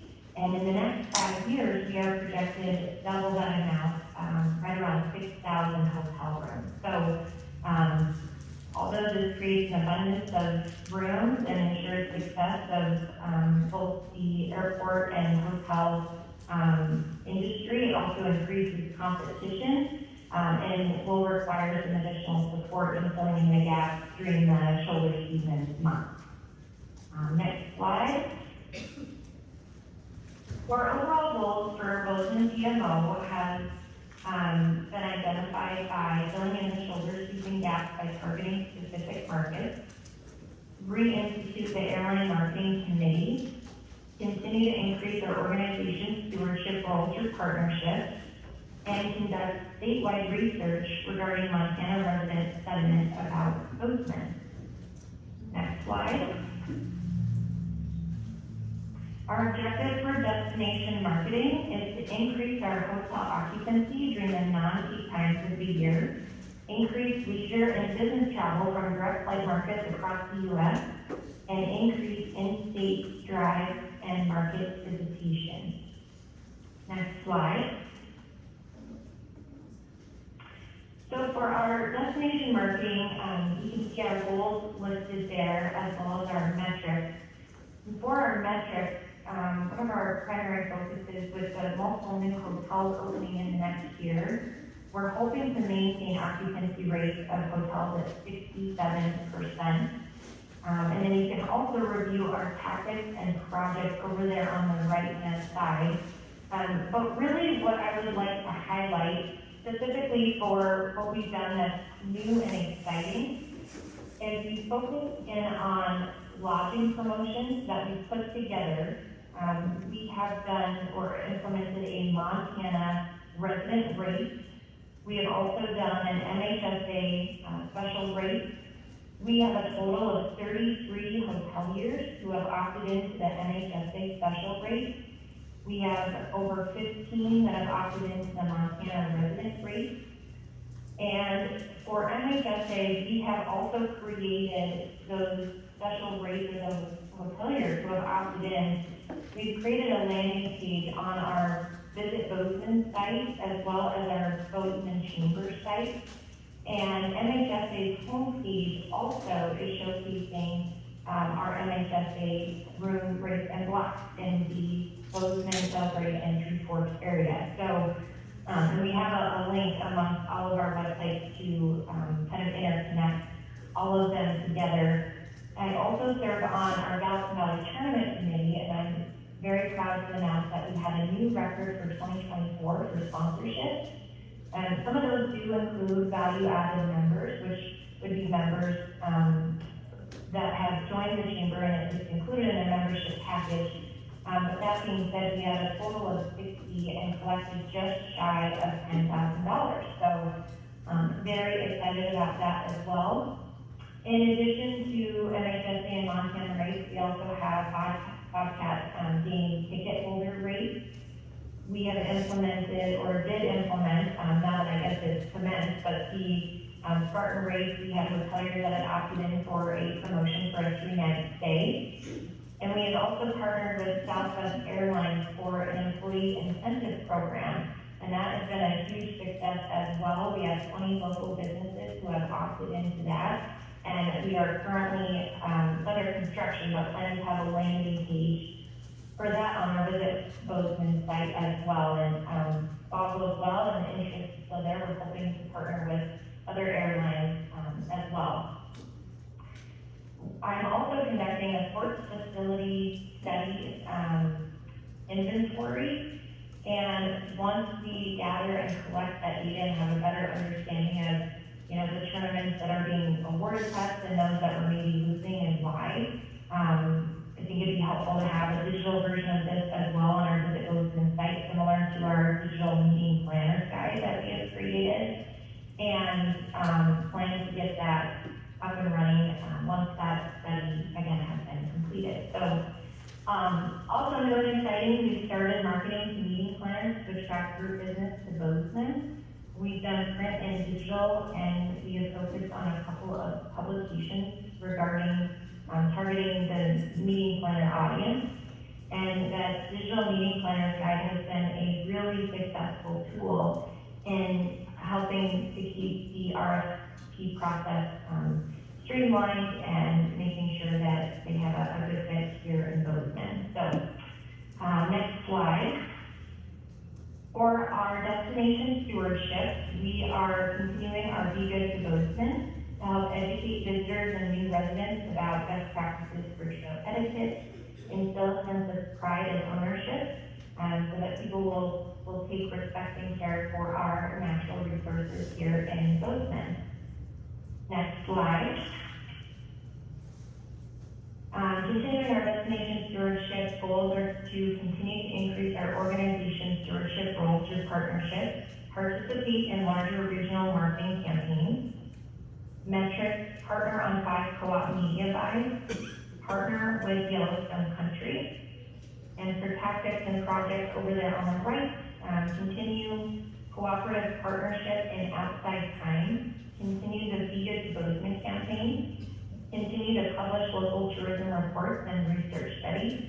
And then Daryl Schwan, our CEO, and myself have also joined and are recently serving on the Yellowstone Country Resilience Steering Committee. We meet once a month, either virtually or in person here in our chamber boardroom, and that's been a really fun group to be a part of as well. Next slide. Destination management, the objective here is to understand the barriers, real or perceived, in Montana's choosing Bozeman as a destination. In-state visitation is important to our economy during especially the shoulder and winter seasons, and our goal is to keep this segment of our visitation strong. And next slide, please. So in conducting research regarding Montana resident sentiment about Bozeman, this is something that we plan to do, and For the sentiment survey, our hope is to understand what people think of Bozeman as a travel destination, which will lead our need to attract that audience during the shoulder season to keep all the new hotels filled. So we're hoping to finish the study, have it completed by June 30th of 2025 is the deadline there. And we have contracted with an outside firm to conduct the research. They are called Future Partners, if you're familiar with them. Next slide, please.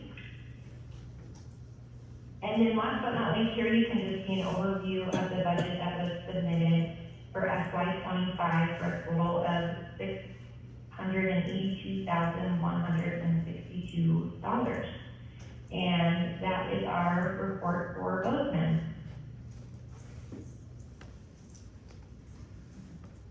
Thank you, Daryl. Your voice changed. I appreciate the presentation. Thank you.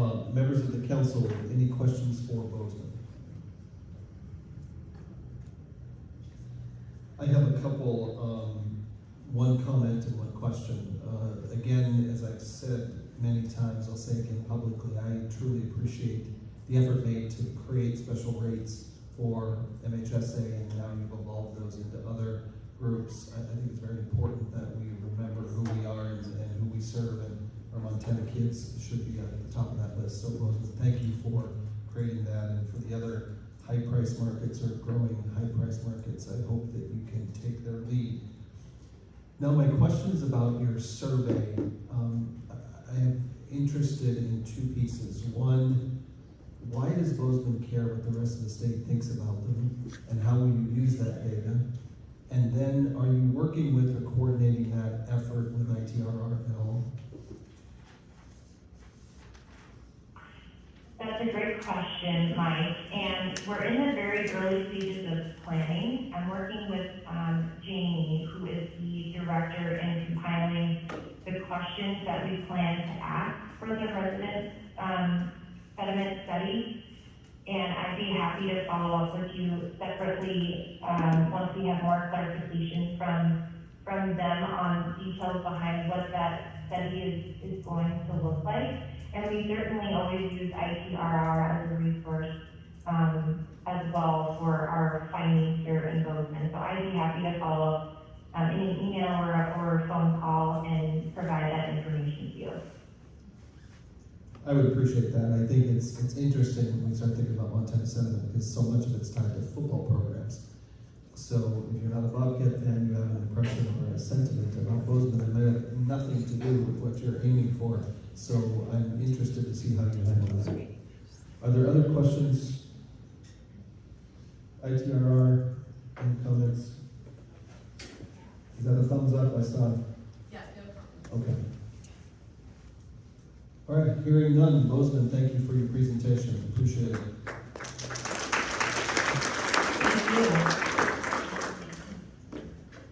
We're going to move on now to Livingston. We'll get them on the phone as well, and as soon as we hear the speaker speaking, we'll be moving forward. All right, next. Some snacks are refreshed back there if you guys are getting snacky. Alex said there is fresh bait in the back room, so if you need any snacks, I'm on the way.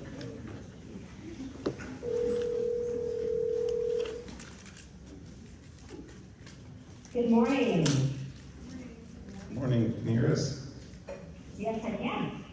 Okay. Can you hear me? Yes, we can. I'm on your first slide. Excellent. Okay. Thank you all. I'm sorry about all the technical difficulties, and I wish I could be there with you in person, but I thought it would be unkind for me to share my screen with you all. Obviously, I have not been able to see this morning's presentations, but I did look at them in the shared Dropbox files, and I just want to give a shout out to all the peers around the state for really incredibly high quality slide presentations, really amazing bandwidth to create great quality presentations. Our organization is a one-person show, and the board felt that it was a greater priority to implement things for our busy coming summer. This is going to be our 100-year anniversary of our July 4th week parade, and the board decided to work on implementation more than using resources for a beautiful slideshow. So as you see, we do not have a beautiful slideshow. Starting out with a little bit of a look back, and there's sort of a timeline of because we were formed during the pandemic. Our model has been very much a bottom-up model in which we are consistently and frequently checking in with local amenity businesses and people in the community for what they want and what they need from their destination management organization. And so there's just a little bit of a timeline of having moved from, do you remember when we used to all do up masks and do hand sanitizer units?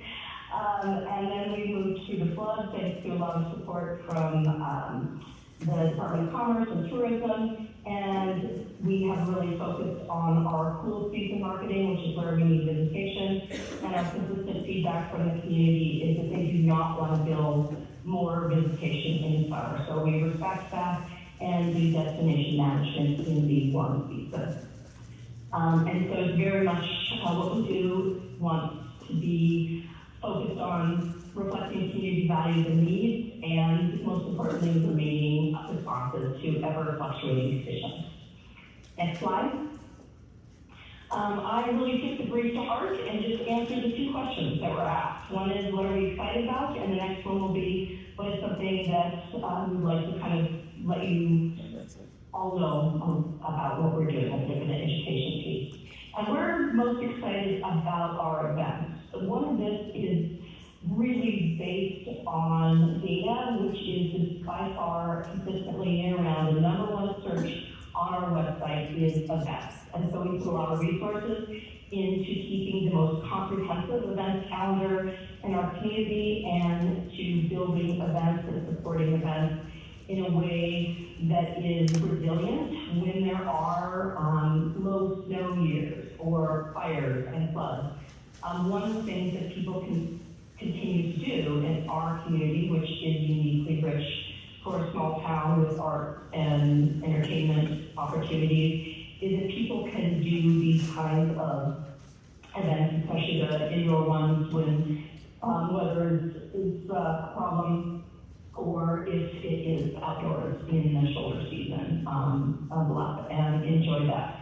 And so because that's our number one search, and it's a great way to give someone things to do in addition to recreation and just being a gateway community, we really have leaned into that. And these are just bullet points on how we're going to be supporting that and what we're doing to make them bigger and better. And primarily, the first thing we're doing is we're working on a contractor coordinator for events, especially in the fall season, where we have we're investing most of our time and energy into expanding our event selection. We've really struggled with, as a one-person show, how to have staffing in addition to specialized contractors for marketing, etc., to support our mission. And so we have decided that having a events coordinator is going to be that person who will really help us expand. This year, we're really excited about the new Songwriter Festival in October, and that has been going on in Red Lodge for, I believe, a decade, and we're really excited to be a new venue for them this fall. We're going to have a new Winter Film Festival run by our very own Dan Bailey, and they are recruiting outdoor recreation, cool season films, if anybody wants to apply for that. And we created 2 new events in the past 2 years in response from the community and for visitation needs, which is our Oktoberfest, and that used to happen, and we revived it last year at the request of businesses on a slower downtown block, which is 2nd Street, and it was hugely successful, and we expect it to be much bigger this year. And Light Up Livingston celebrates Small Business Saturday, and so it's a way to bring people to shop in our small businesses and then celebrate the lighting of all of the hundreds of thousands of lights in the trees in our historic Depot Park. And that has been also incredibly successful. And and we're guesstimating about 5,000 to 7,000 people. The outdoor events are hard to track, but so we need help to continue to grow those. We have found in the last year that we're having more food trucks are kind of popping up, and that really helps us meet higher visitor demand and hospitality capacity. And so we're really trying to help support that aspect. And then in the cool season, when it's not as busy, then the brick and mortar businesses take up the business. But often in the summer, we have more people looking to eat than we have restaurants to eat for them. We're working with the city to improve our downtown event street closure policies. There has been a tradition where their policies are not being followed, asking the businesses. And so there continues to be an issue where, while the bars and restaurants do very well, the basic shops, hardware store, et cetera, it can lose up to $10,000 on a summer Saturday shutdown. So we're really looking on how to make sure that those systems are really transparent and all the policies are followed, and there's a lot of feedback from the businesses about what benefits them financially, and so that sometimes it means moving them a block over or different times of day, things like that, so that it'll still put heads in beds, but it won't impact the businesses who people can't get to them to do their basic shopping. To that end, we're really working with our TBID, which we are in partnership with, to fund more cool seasons, and they do a lot of grant funding for that specific point, the heads and beds in the cooler season, when we really need more visitation. Because we spend so much time on our events calendar, and that is manually input, we're looking into some options to have that automated. So if anybody in the community has worked with a system like ITI Digital, we've just been in conversation with them in the last week, and since we submitted our plan. And so we're looking into possibly funding that and using an economy of scale for some of that auto population of, because in the winter we have up to 20 events a week, and in the summer it could be 50 to 60 events. And so inputting all of that manually, while it's great that we're super well informed about everything that's happening and if something gets canceled, it also takes a lot of our limited bandwidth. We will continue to highlight our growing art scene. We describe ourselves as a train town that was revitalized by the arts, starting with the filming of Rancho Deluxe, the river runs through it, and which continues today with last year, more films were made in our region than anywhere else in Montana. And so in addition to filming and music, we also, the Montana Bookstore Trail that we got on last year is a great fit for us. We have 5 bookstores in our little town, and there are between 2 and 6 author and literary events every month. And so that's really an authenticity brand for us, because we have more writers per capita than New York City, and that's a great way for locals to have a really meaningful connection with the community or people who are interested in literary art. That makes us a destination. Our Shane Center has a new outdoor pavilion, and so they'll be able to expand their winter concert series and then also be able to have more events when the weather is inclement because of that covering. We have beer festivals. We are new this last year have been comedy events, so that's a fun thing to add to our events roster. And also paint and fit nights are really expanded. And so there used to be 1 venue and now there's 5 who do that. And that's another way that visitors could really have a local, authentic experience, and the thing that they're taking home is art they made about our community, so it also connects them to the arts, and they'll have a really lasting positive connection with Livingston. And then, of course, we are always leaning into more winter events, including arts and crafts fairs. The next 2 slides are just really quick sort of slide shots of what visitors are going to see, just to give you a little bit of a sense of how we are presenting our community to visitors, where we're trying to make it look fun and friendly and inviting, and that there's something for everyone within our community. You can kind of look through those next couple slides, give you a sense.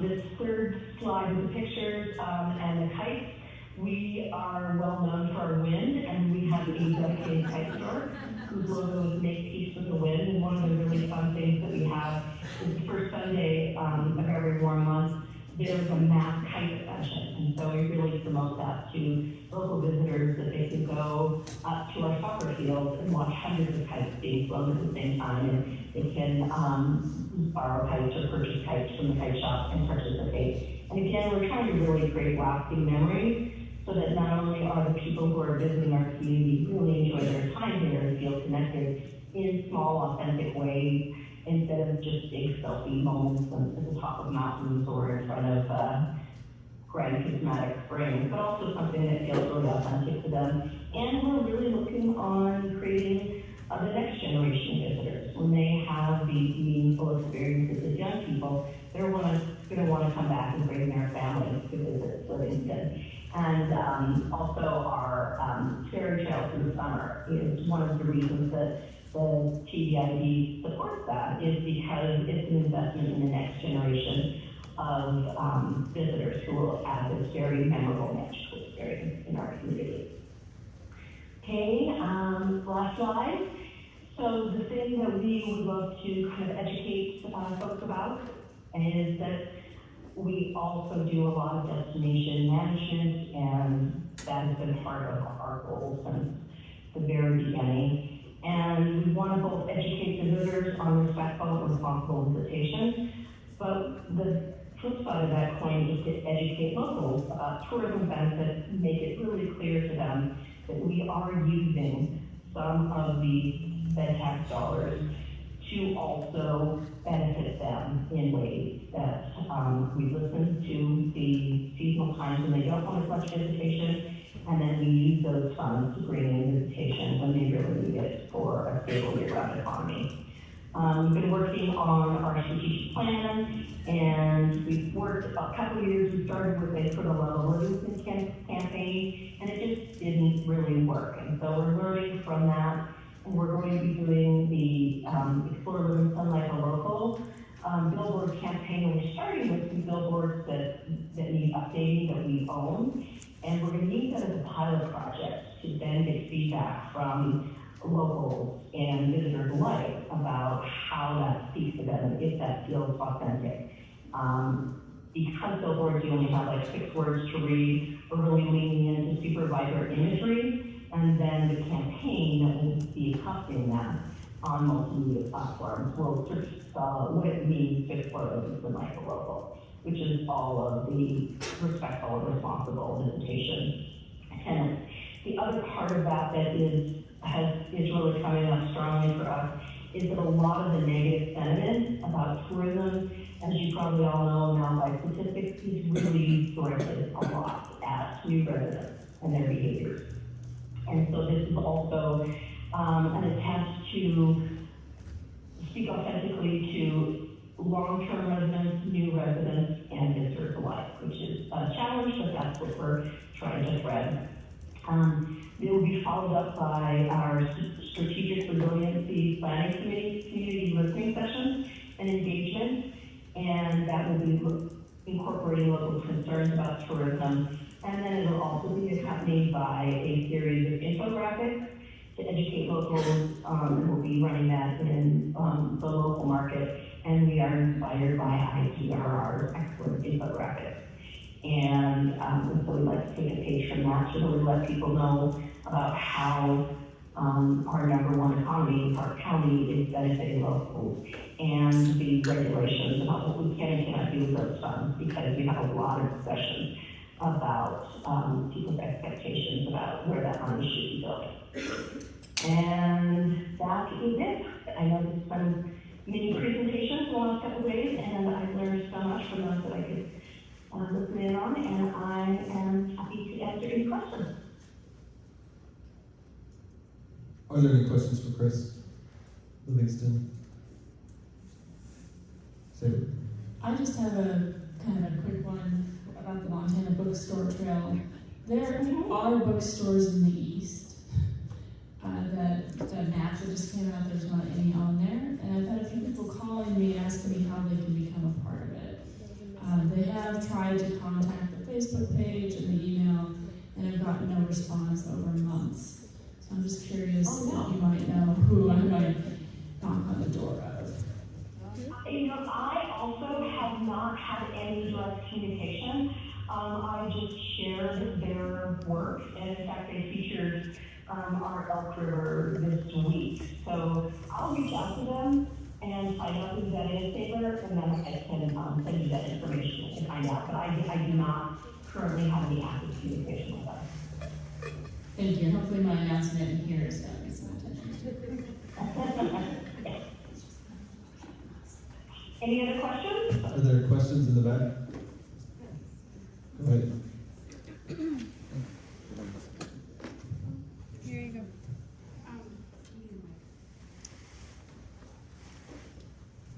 Saber, I'll give you some information on the contact for the bookstore, okay? We'd love to have people in the East as well. Thank you. Chris, I don't hear any other questions, but when we tell somebody to go fly a kite, we now know where to send them. So thank you for your so work.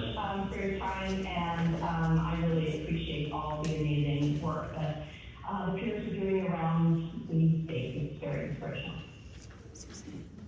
Thank you to you.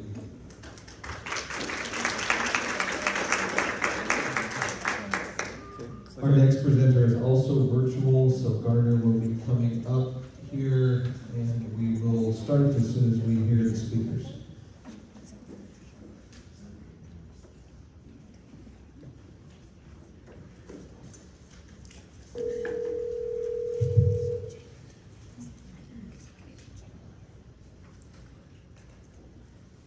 Hello? Hello, this is the TAC meeting. Hi. Okay, I'm on your first slide. Okay, awesome, thanks. You go ahead and go to slide 2.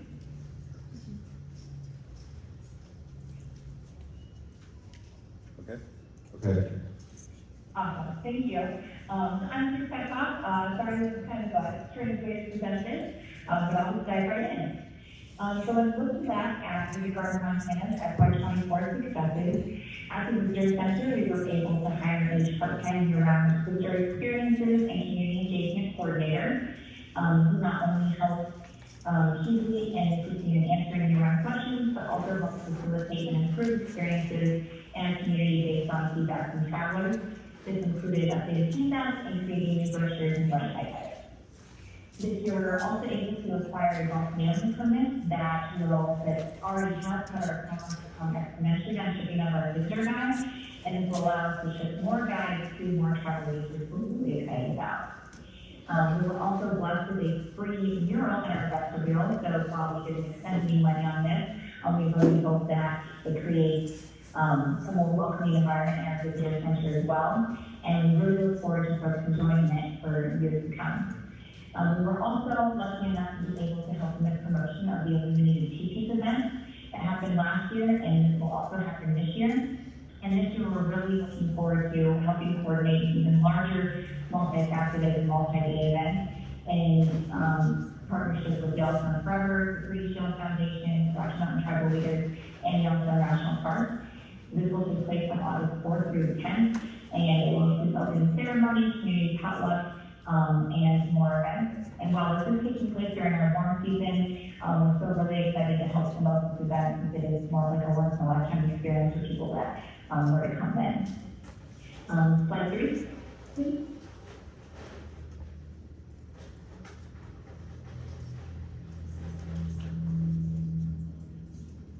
Okay, we're on slide 3. Thank you.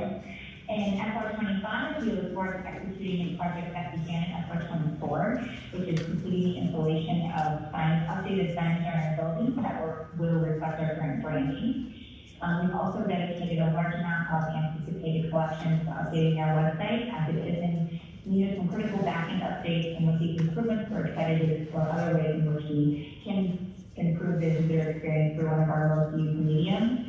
Whether it be through widgets or interactive maps, we're really looking forward to investigating that further.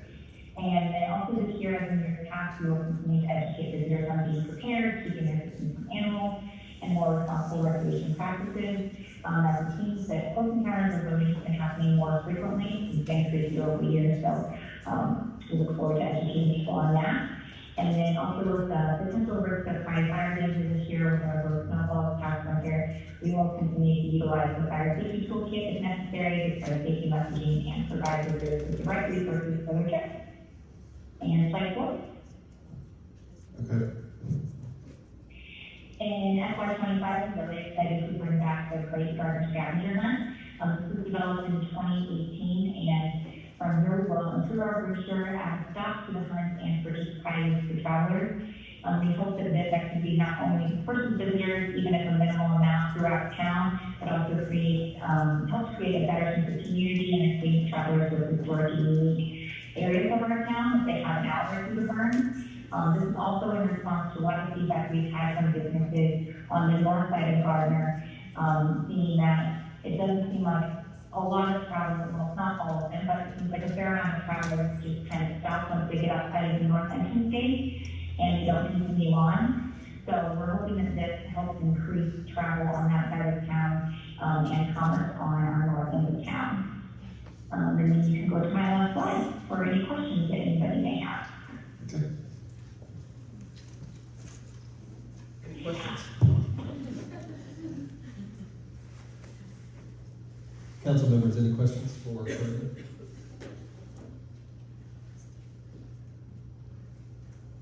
There's a life change for you and some personnel changes coming to Gardner. Would you take a second and share your news with the room? Yeah, of course. So my partner recently was able to acquire a brick-and-mortar restaurant here in Gardner. So I unfortunately had the heavy task of choosing, and I will be operating the restaurant with him moving forward. My last day here at the Visitor Center and Chamber and CBD is this Friday. And our amazing operations manager, Maria, has agreed to take over in my position. So I've been training her these past couple weeks, and I will continue to assist throughout the rest of the year probably. In a limited capacity, but I'm looking forward to still being involved in that way.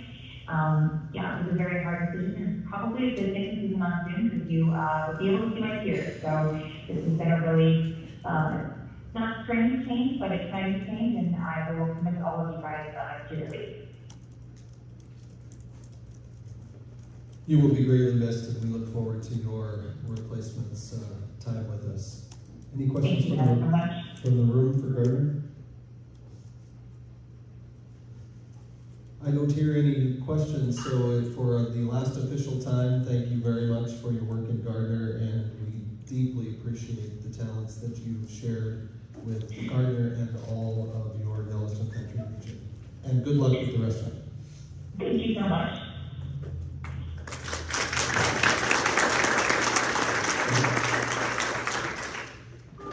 Red Lodge looks like they're ready to go. On deck would be Whitefish. Hello everyone, my name is Sherry. I'm the Executive Director for the Red Lodge Area Chamber of Commerce and the VIC, and I'm presenting for our DMO.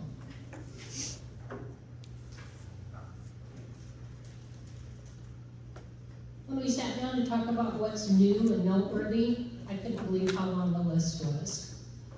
Every year is such a whirlwind. It was nice to actually take a moment and process all that we had accomplished. And first on that list was our billboard. I know many of you have billboards going up all the time, but for us, this year was our first. And the bigger conversation behind that was the collaboration. We worked with our Red Lodge Rodeo Association, Red Lodge Mountain Ski Area. We met, hammered out everyone's timelines, and then filled in with our information. The program was such a success that the best news is everyone's back again for this year, and we just received word that our Arts Guild would like to claim the month of August. Agency. This is the first year we've actually been able to hire an agency, and as you all know, that's how you get your billboard and all your other marketing pieces to look so beautiful. ITRR. Red Lodge is looking forward to working with ITRR to complete a survey. We want to gather information on the economic impact of the Beartooth Rally. Having the survey done is also a first for us. The rally is an important weekend for Red Lodge. It brings, as we know from ITRR data, a great target visitor to our town. Unfortunately, not everyone in town is in agreement with that. So being able to have this new information will be a valuable tool for us in future discussions. Additionally, Red Lodge will work with ITR to complete a tourism asset study. That's in preparation to apply for the pilot program grant in 2025.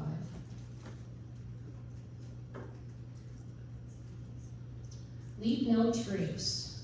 Destination MT was incredibly helpful in putting together these customized 2 Red Lodge pieces. We'll be using these in many ways in the future and also incorporating the messaging in one of our most used handouts. Our Beartooth Highway brochure. We print 75,000 copies of this brochure each summer, and adding the Leave No Trace messaging will help to educate our visitors. As an educational piece, this brochure points out where all the fun stops are and all kinds of cool tidbits about information to make that scenic drive even more enjoyable. And then, when the highway closes, as it's done several times already this year, because of small storms and such, the map shows an alternate roadway that helps get our travelers to their destination via the also beautiful Chief Joseph Highway. We can turn disappointed folks back into happy travelers and get them to Yellowstone Park.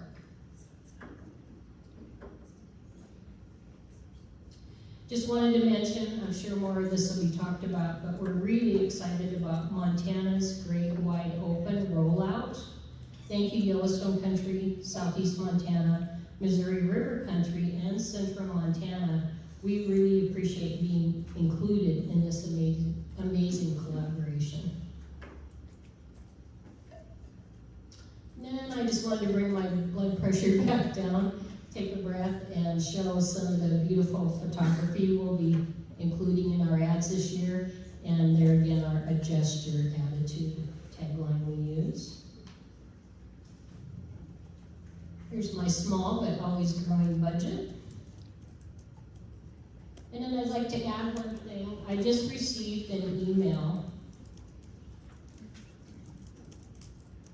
This is the 3rd year of the Montana Renaissance Festival moving to Red Lodge.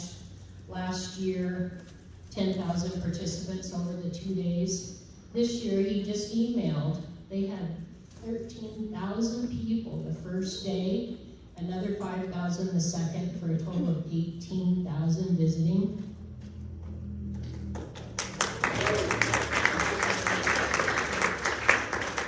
And this is how they talk.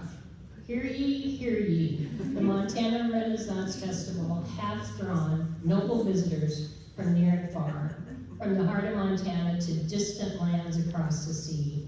Our revelers came forth to participate in the merriment and grandeur. Behold the diverse locales whence our esteemed guests traveled. He has 30 different states, 4 countries, and he said, we know it's highly unlikely that they flew from France just to come to our festival, that they bought tickets and enjoyed our event. So I just wanted to give that quick update. What a huge success. It's just growing like crazy. And thank you, and I'll take any questions. Before we take questions for Sherry, I didn't intentionally skip Yellowstone Country. Whitefish will follow Yellowstone Country. I apologize. Now, are there any questions for Red Lodge from the council? Any questions from the audience? I hear none, Sherry, so thank you. Great work. Thank you.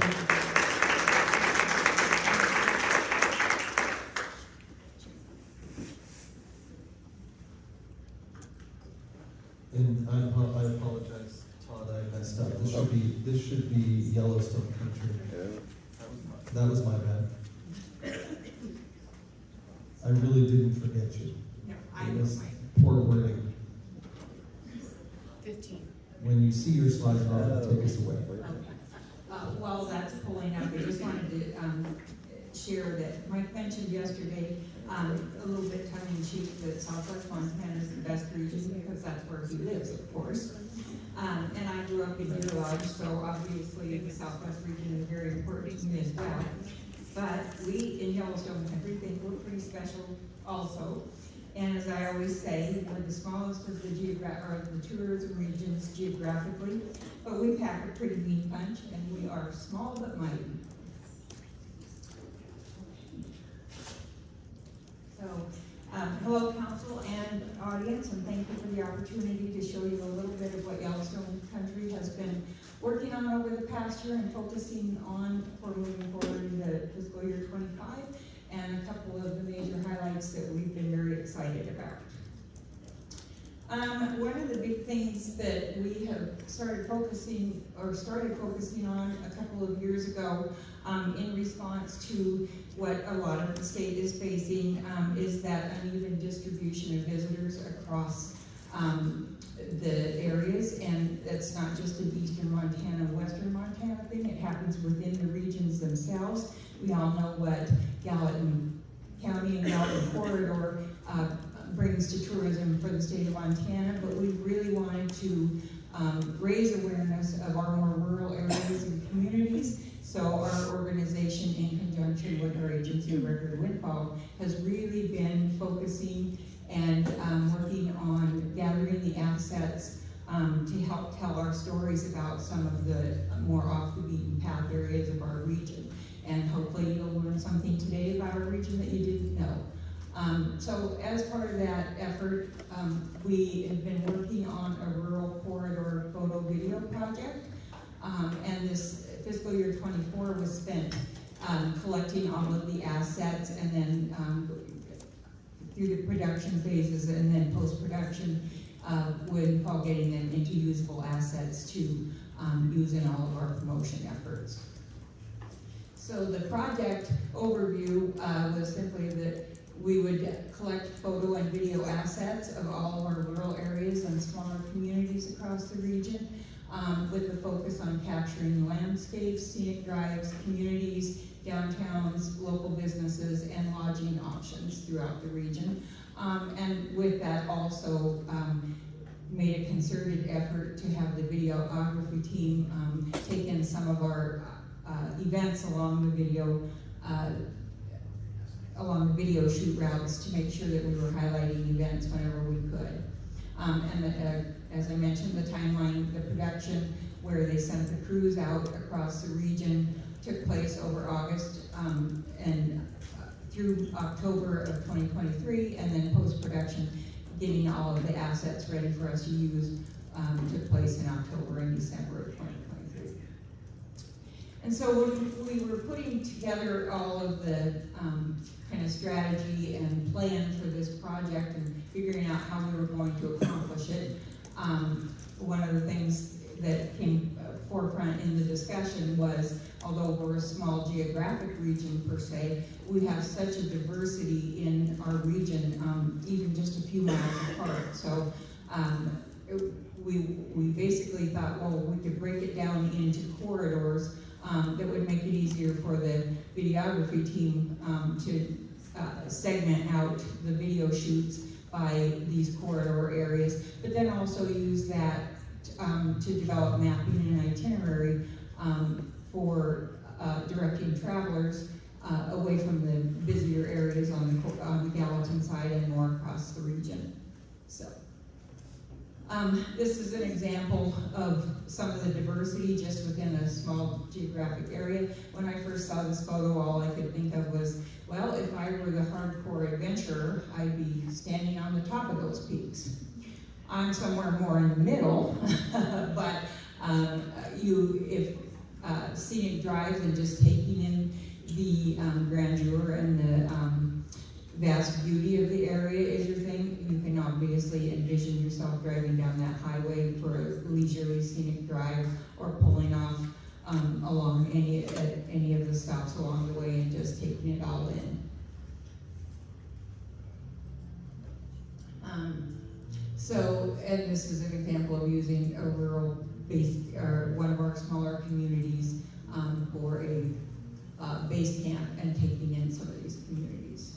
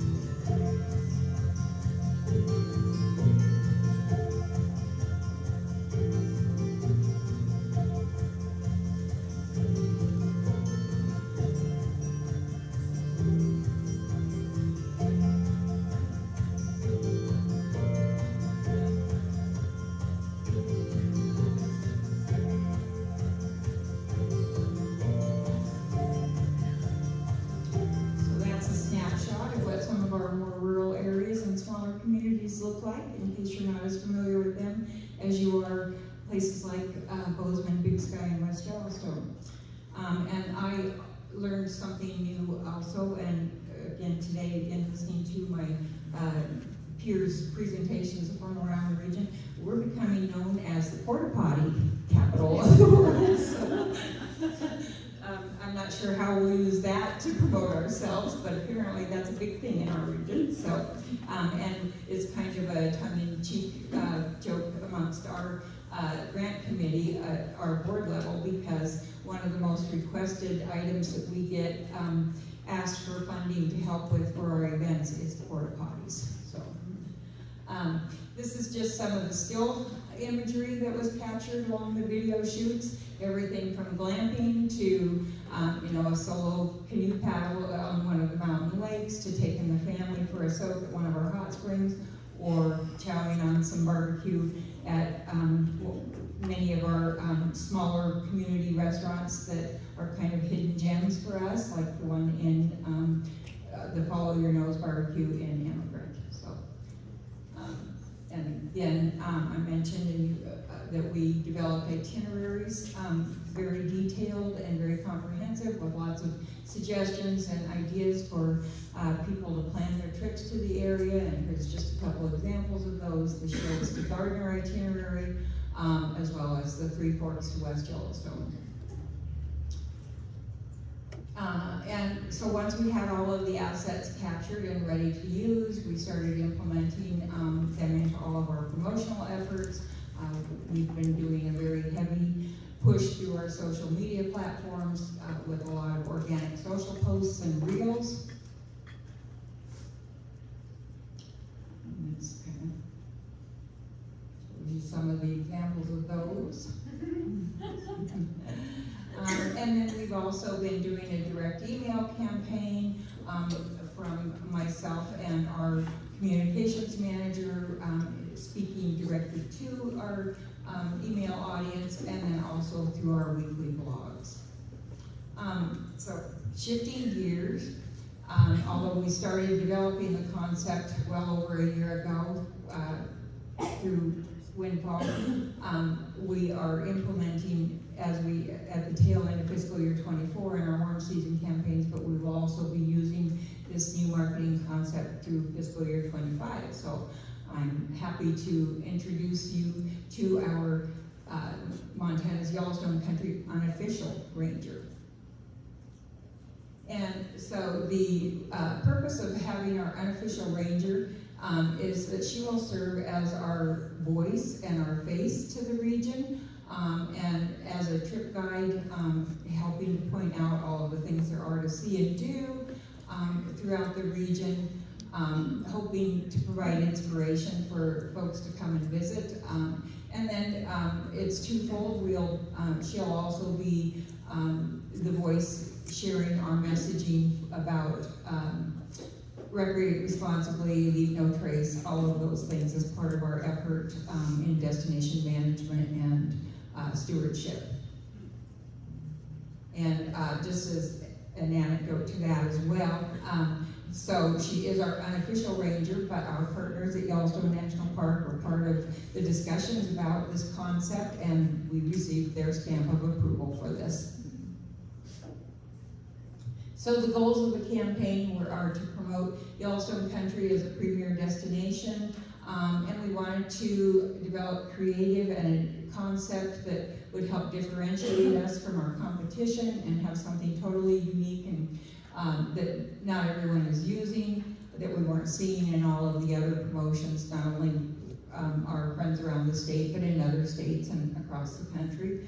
And again, as I said, incorporating recreate responsibly and leave no trace messaging. And this also, again, is part of our strategy to help get visitors across our region, figuring that when they can actually put a face to the areas and see that she's out experiencing this, then they can envision themselves doing it as well. And of course, always heads in beds, which never goes away for us for the lodging properties. They're always wanting to know what are we doing to put heads in beds. And so we have a video to share with you about how our ranger shares information. So, you're thinking about a visit to Montana's Yellowstone Country? Well, great news. I'm here to help. Everywhere you go in Yellowstone Country, there's so much to do. Hiking around the lake, paddling across the lake, fishing on the lake, looking at the lake. And that's just the lake. Wait until we get in the mountains. But please keep in mind a few important tips to keep your adventures safe and enjoyable for you and everyone around you. Keep wildlife at a distance. Don't take anything other than photos. And if you pack it in, pack it out.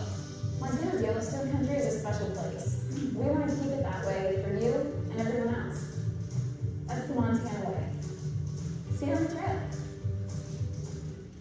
So we were going for a lighthearted, fun messaging background for this. We wanted it to not just be someone standing there telling you do this, don't do this. So we wanted to incorporate it in a fun way.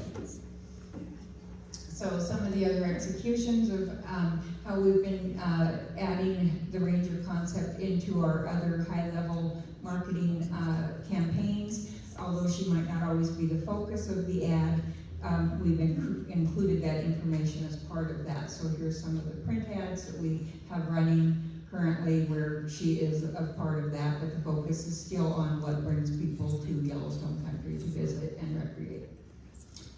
This is an example of a cooperative campaign with some of our DMO partners around and private business partners around the region. And again, incorporating the ranger into that. Some of the digital banner executions. A few more of those. One of the things that Windfall, I have to give a shout out to them, is they've been exceptionally good at helping my organization stay focused on the funnel of interest in planning and visitation, and looking at everything that we do through the funnel lens, and making sure that all of the efforts that we put forth meld together and cross over through the inspiration, orientation, and facilitation stage. And so they take the lead on that, and all of our discussions at our organization level always focus on what are we doing and where does that fit within that. So shout out to Windfall. And then I'll leave you with inviting you to, if you haven't visited the Visit Yellowstone Country website in a while, take time to go on there and plan your summer trip to come and see us and spend time with us. There's a lot of new content on there, including our summer landing page that will give you everything that you need to know about how to recreate and explore Yellowstone Country in the warm season. We also have a complete microsite of our unofficial ranger page and all of the content that we've developed around her and the messaging that she will share. And then, of course, because we're in the AI world today, we would be remiss if we didn't have our unofficial ranger AI page. So we have that as well. So we invite everyone to come and visit Yellowstone Country this year. And you can do that by accessing our Plan Your Trip page. So lots of new content, fresh and updated on our website, and getting our messaging out through all of our multimedia campaigns. So, and while you're on our website, take time to go ahead and request your Ranger Pack, which includes all kinds of trip goodies to help you plan, but also to save us souvenirs. That includes our travel guide, our birding brochure, our family adventure guide, and our fold-out map guide, and last but not least, our stickers, which have proven to be very, very popular. The visitor call center reports that the Ranger Packs are flying off the shelves, so I look forward to reporting about that later. On what the response has been to this new concept that we have. And with that, I'll take questions. Thank you, Lauren. The first question will come from Joe. Of course it will. Of course, thank you. Not questions, just a couple comments. As I have 3 properties in Yellowstone Country, and I appreciate the focus on the small town very much, so thank you on that one. And about the unofficial ranger program, if you're ever looking for the opposite of her, someone that likes to sit and eat and drink and avoid the canoe, I'm available. I'm coming upon retirement in a few years. Joe, you and I will do that in retirement because I will also be one of those. We'll get together for a road trip. So I love this unofficial ranger. She obviously takes a precedence in a lot of the visual representation for the region. How did you identify who that individual is going to be, what her look, her feel, or age was? Well, that was a lot of conversations with Windfall, and obviously this, concept and leading us on this came from them and our team that works on all of our stuff. And so they handled the auditions. We knew, we had a profile of what we wanted this person to look like. And then we had help through the Shane Maloney Center in Livingston, because they have they do all of the repertoire of live shows and events. And so they have a lot of local actors. They have a roster of them, and they were willing to share those with us. And we wanted to utilize a local person that would understand our region and, sound authentic and not just as a paid actor on that. So Windfall took the lead on auditioning and helped us identify. Her name is Stephanie, her real name. And we found out in discussions at our board meeting a couple weeks ago that we're hearing about the region that they want us to name her. So we're going to have that discussion of what her name should be.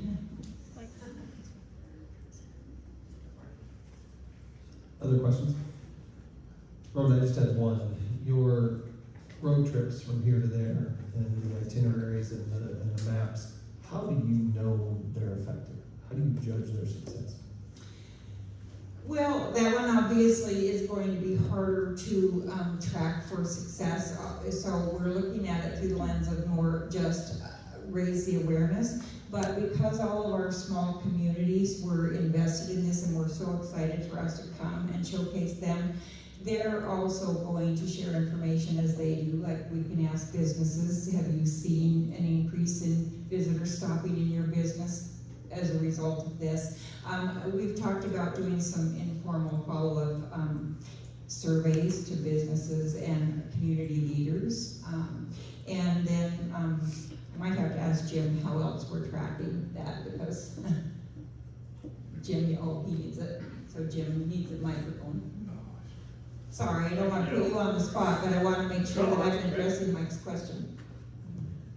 No, so the photo project had multiple targets. One was obviously visitation, heads and beds, and so with that, we'll monitor, we'll take targeted businesses in each community for 25, we'll be checking in with, kind of a year-to-year comparison, just split traffic, just basic stuff. We also know the community section of the website is heavily pushed, heavily promoted.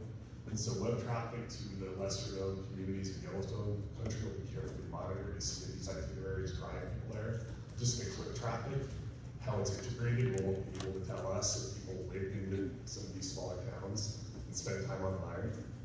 Beyond that too, is there was a huge demand for these communities, and we saw it today with some of the smaller CBDs that just don't have the budget to go out and shoot photography and some of the things Yellowstone country is blessed to do. So all of that content gets turned over to the small communities to use on their own, which will save time and money on their part, and I think will unify the look and feel of the region across the region of the small communities. We hope it all comes together. Like Robin said, the bottom line is heads and beds and recreation responsibility messaging across the region in a way that the smaller communities couldn't do on their own. Trying to balance all of it. Thank you. Any questions from the room for Yellowstone Country? Mike, I'm just going to say Yellowstone Country is the best region. Oh, yeah. So we are actually wrong, so. We'll debate that offline. Very good, thank you. All right, I think we can debate that over a beer, Mike. Okay. Yeah, so at the IRU International Conference trade show last month, a lot of questions about translated materials into multiple languages. And knowing that the satellite locations are Yellowstone and Glacier Country, they're always looking for ways to reach that multilingual international audience. So my question is two-part. Just a comment on my part is that I'm looking at where I can take money from my budget to extend the Native American story into multiple languages, and then trying to get those into these prime locations of Yellowstone and Glacier to encourage the dispersal and inspire the visitation. But of those that come to your county, do you see that request coming into the call center? And do you have a desire to try to expand it, or have you done it before and maybe revive it? And then the second part is, you're tracking inventory of the request for your materials. Isn't that another metric to know how many people want these print materials and how popular they are? So the answer to the second part is yes, we are tracking that. We hear that they are extremely popular right now from our travel counselors at the call center. They are reporting that traffic and inquiries are way up as a request, or as a part of requesting that ranger packet. The first part of the question, so for when COVID happened, we basically suspended our international travel campaigns, and then it was slow to come back. Yellowstone Country, as we all know, recovered very, very quickly after COVID, and the same thing happened when we had a real setback with the flooding and everything a couple years ago, but again rebounded very quickly. But international travel has been a little bit slower to come back. However, it is coming back a lot stronger. You heard Katrina talk about the number of buses coming in, and a lot of those are international travel. And so we are right now in the process of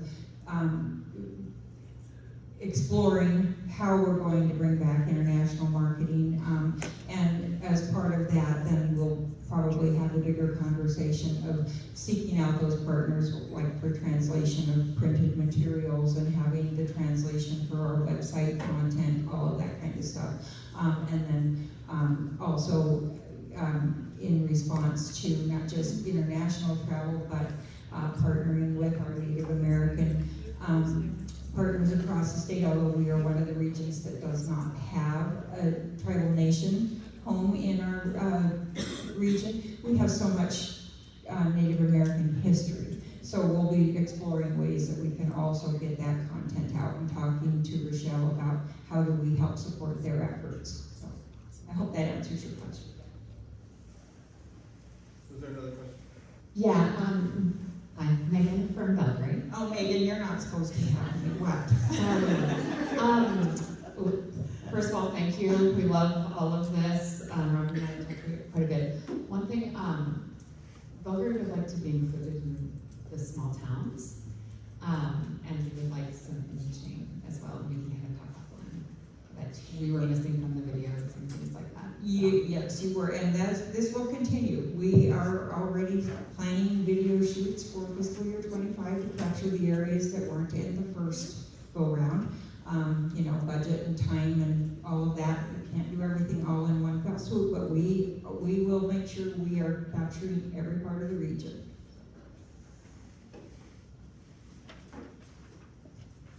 Last call for Yellowstone Country. Thank you all. Robin, nice job. Thank you.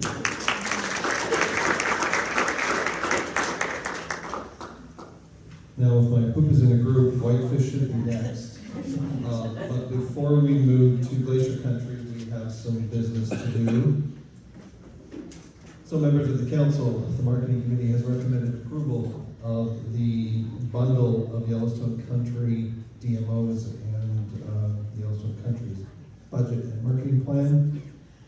The following is what we are asked to approve. West Yellowstone's plan with a budget of $452,924.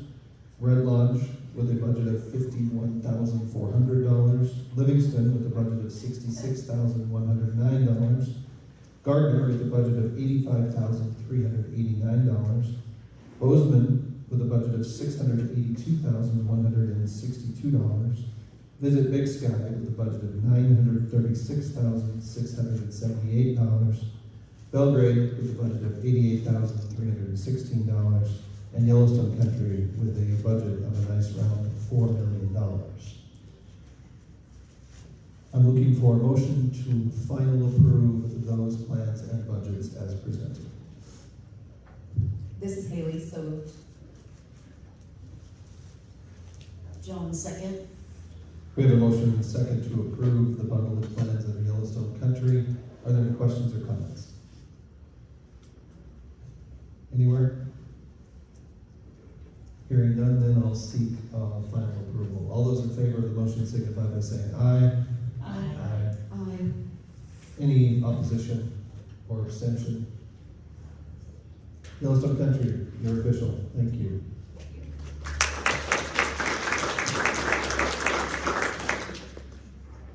You get to kick off Glacier Country. It looks like we're ready. Julie, take us away, please. Hello, everybody. I'm Julie Mullins. I have the privilege of being the executive director for Explore Whitefish.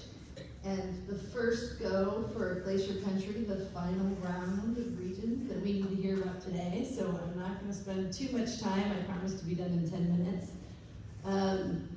Last year, when I was here, I was 2 months in, and I was sitting in this chair a bit shell-shocked. In my first couple of months, I was greeted with picketers, a historic loss of restaurant members, and I really didn't have any clue as to why.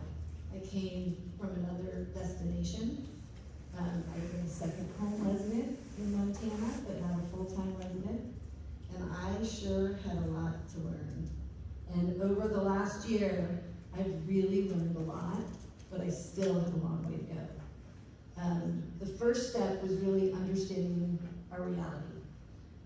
And I needed to understand why I was getting threatening emails, why I was getting death threats, why I had a city councilman who was trying to get me arrested.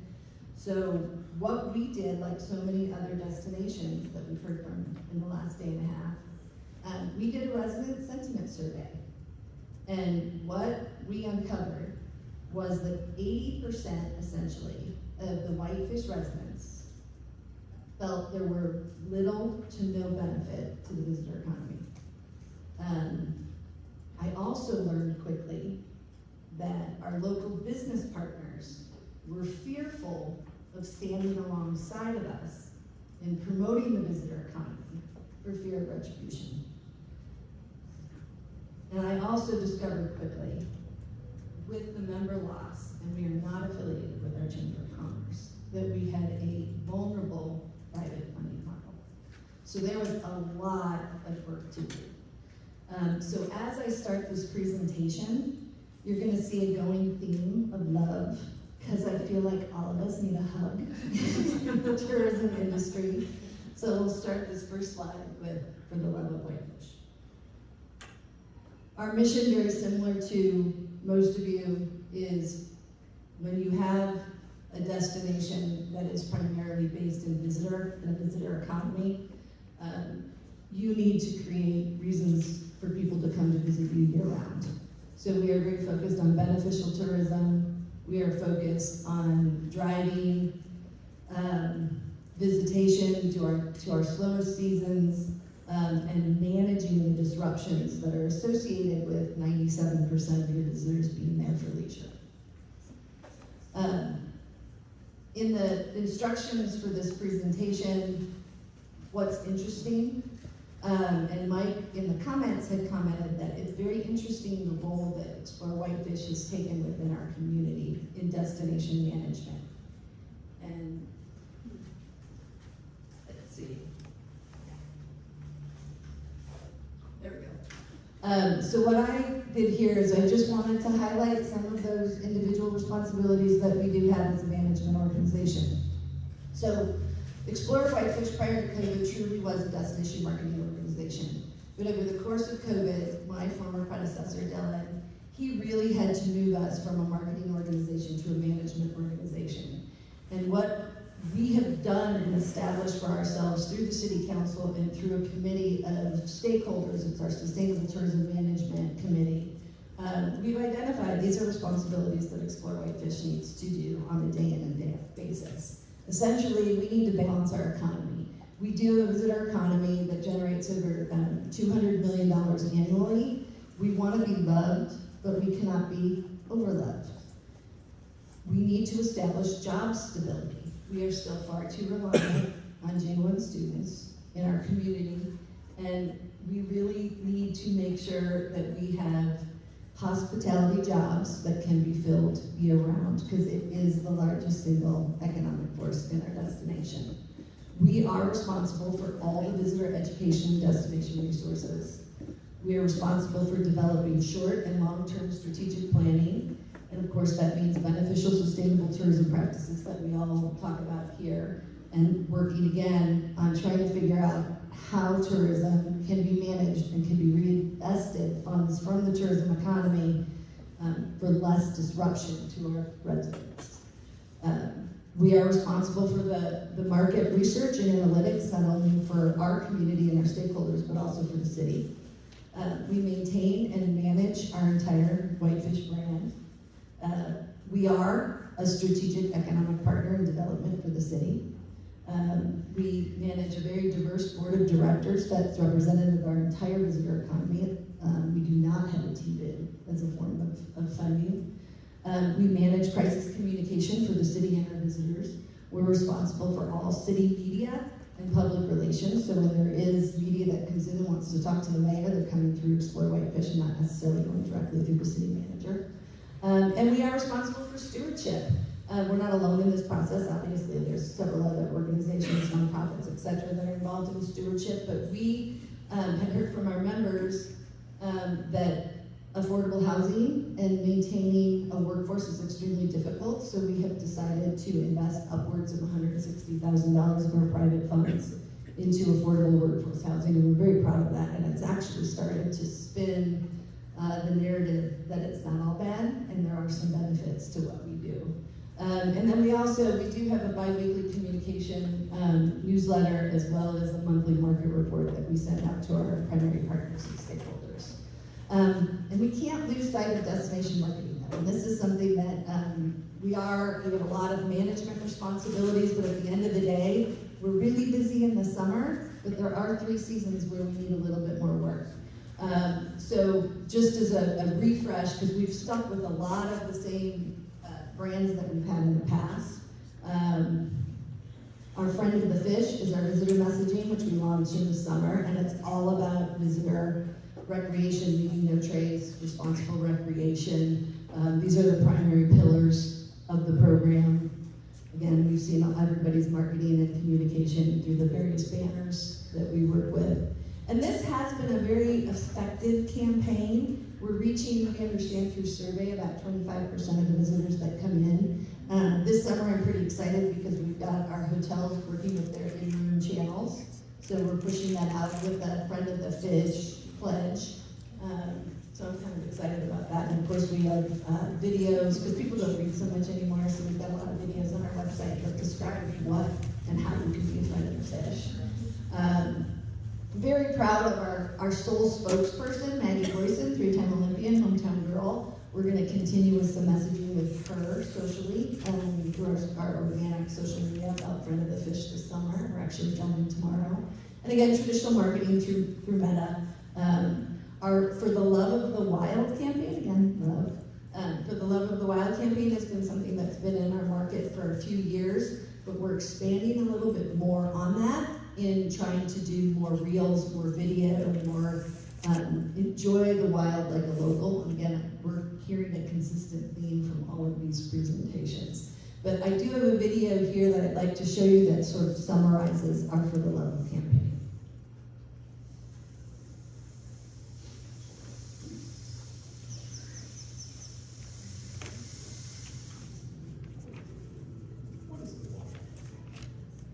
Is it a place on a map? Somewhere the lakes are clear and the mountains go on as far as the eyes can see? Where the wind blows cold, or the sun can warm you to your core? Or maybe you can find the wine in a small mountain town. As the sound of feet are a dance for you, the strum of a guitar, or the clink of glasses celebrate a day well spent. What is it that draws us to this place with curious minds and the need to explore? And most importantly, what can we do to preserve it for future generations? It can be as simple as the kindness we show people we meet, as second nature, as staying on long trails, leaving no trace, or putting out your campfire. This is the heart of our For the Love of the Wild campaign. We're speaking directly to visitors and locals alike. Let's remind people why they love whitefish and help others to protect and respect it. Big changes can come from small efforts, and everyone can play a part in caring for this place we all cherish. For the love of the wild, whitefish.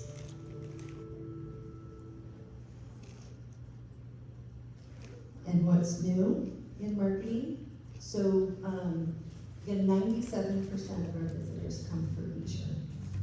And the leisure market, the rest of the world has opened up. We have to have engaging, inspirational messaging, storytelling. And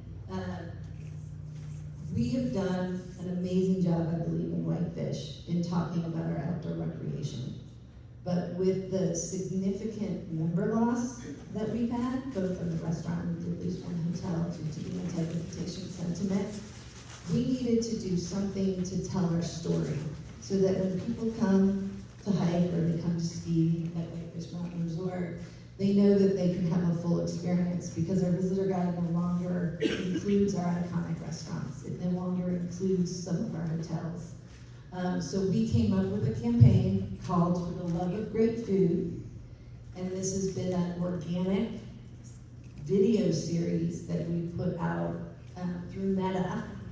And actually today we've had 9 videos hit, and we've had over 4.5 million impressions. And I've done a little compilation here of some of those videos for you all.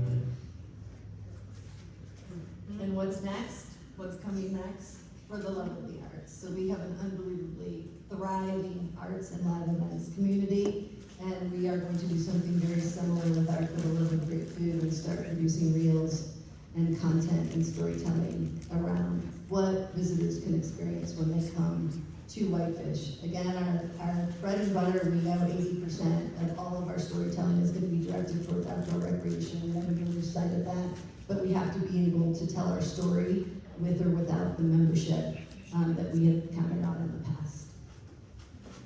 And now tourism, just a little bit of data here. Again, there were full strategic plans included in our application.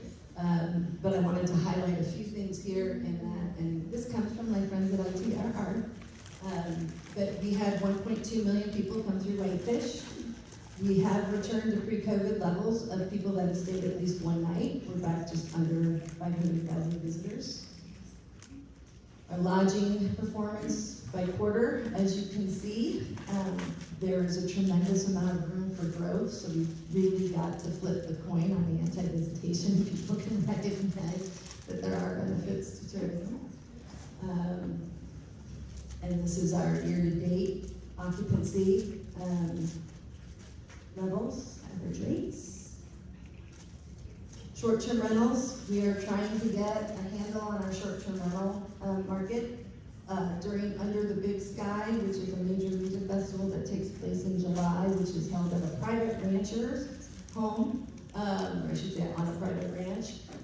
We did see a peak of 1,682 listings within the 59937 zip code, and that's at an average bedside of 2.5. So when you look at short-term rentals, it's almost 3 times the size of our traditional lodging. And they are not necessarily contributing to the visitor economy. So we are going to be taking a very close look at how we need to bring them into the fold because they're absolutely benefiting and they actually are joining on what we do. So that is going to be a major focus, and I'm so highly interested in what Big Sky's doing because they've done such a good job of managing that. But short-term rentals are a huge disruptor and have caused real issues with affordable housing within our market. And here's just a short-term rental performance by month year to date. And as you can see, they really suffered in April. We did not have a good April. 20%. And again, I just put these graphs in here so you could see 2024 is the blue line. And we're performing a little bit under where we had been before. Short-term rental is way under. And I thank you all very, very much, and I'm open to any questions you may have.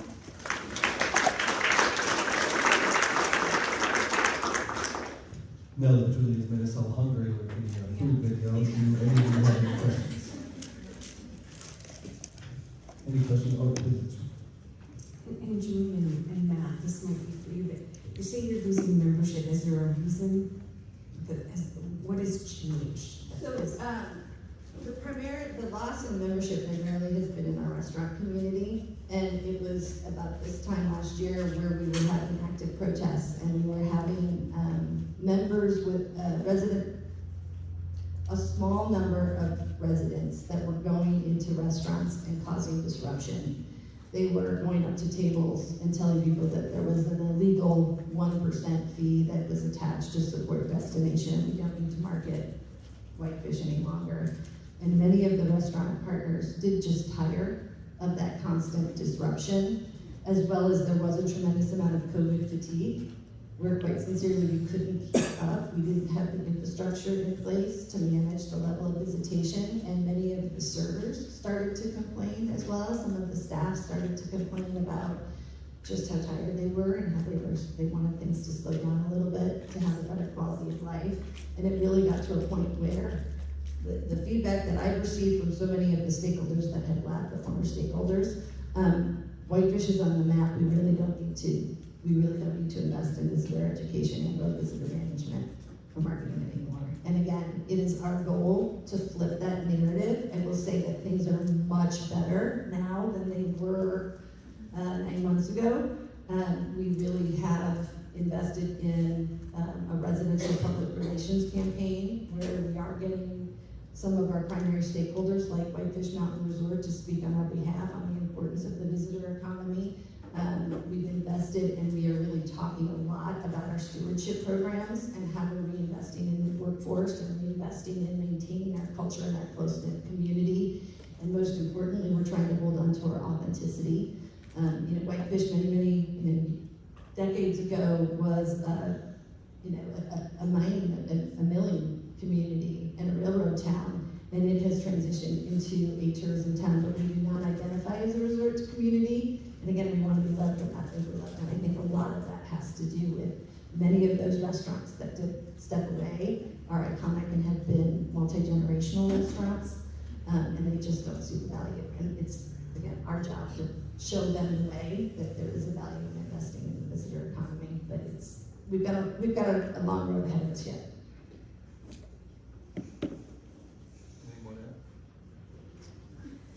No, I don't have much more to add. It's been a trying year for Julie, for sure. And you're on board is very supportive of the work that she's been doing. There is a strong visitor, anti-visitation sentiment in the community, mostly of retired folks who don't work in the tourism economy, who moved to Whitefish 3 years ago. So try to get her to take up the green. It's hard to, I understand. Otherwise, I would just say, great job, Julie. Thanks. Well, Julie, I think Matt just said, great job, Julie. Thank you. Oh, wait a minute, do I have a? Yeah, just I'm sorry. one comment.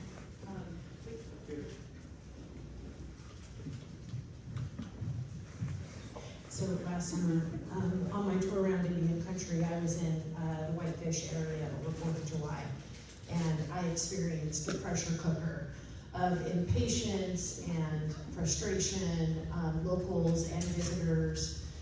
Your campaign about sharing the love, if any of you have ever been in food service, you know people when they are hungry, they are like bears.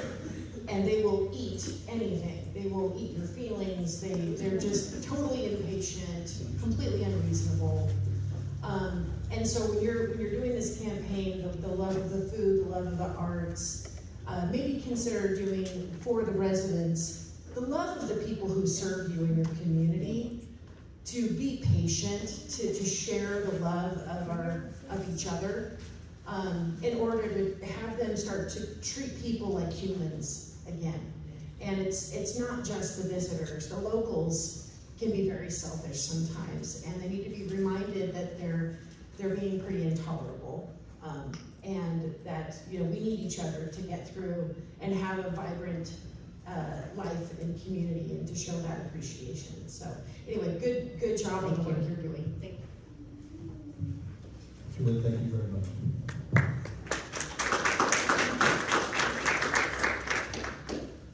Welcome, Columbia Falls.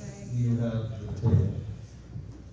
We have a long drive back, so I'm going to stand and stretch my legs while we can. I'm Laura Gappa. I'm the Executive Director of the Columbia Falls Chamber and also managing the DMO.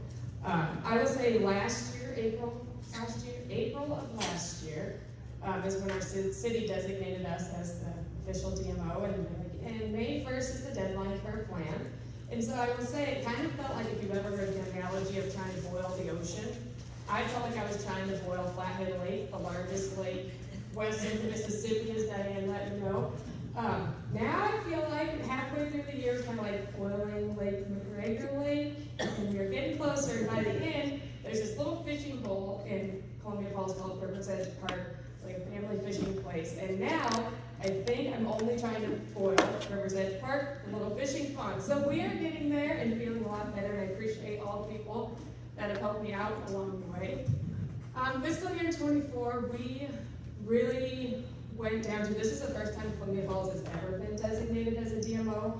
And so when we first started, I was so excited. I was like, we're gonna get all this done, do all of this, and then I realized, wait, we don't have a logo, we don't have the content, we don't have a website, so I kind of had to slow down a little bit, and we backtracked, and we are now developing a content library. And so this is our main street in Columbia Falls. It's called Nucleus Avenue. And I put this up here because This is a current photo, and the last photos that we had taken that were of all of the upgrades were many, many, many years ago. So I use the analogy of my husband and I got married 12 years ago. We have beautiful wedding photos. Now we have 2 girls, but on our Christmas card, we're still using the wedding photos. So it doesn't really match what we're trying to promote. And so just as an example on this area, these are 2 brand new apartment complexes, and all of this within this 3-block area within the last 2 to 3 years has been built in Columbia Falls. There's a brand new sports bar and casino. There's an art gallery. There's 2 little shopping and retail stores right there. And opening tomorrow or Friday is a brand new teriyaki kitchen. There's also Vaqueros, one of my favorite restaurants, that has a brand new remodel, and they're putting in an upstairs as well for some live music. This is a brand new steakhouse that's in Columbia Falls.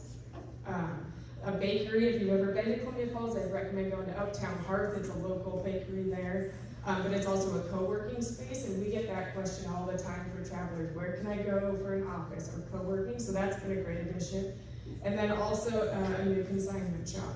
So as you can see, the 10 to 12-year-old photos, we're not really showcasing what we have going on.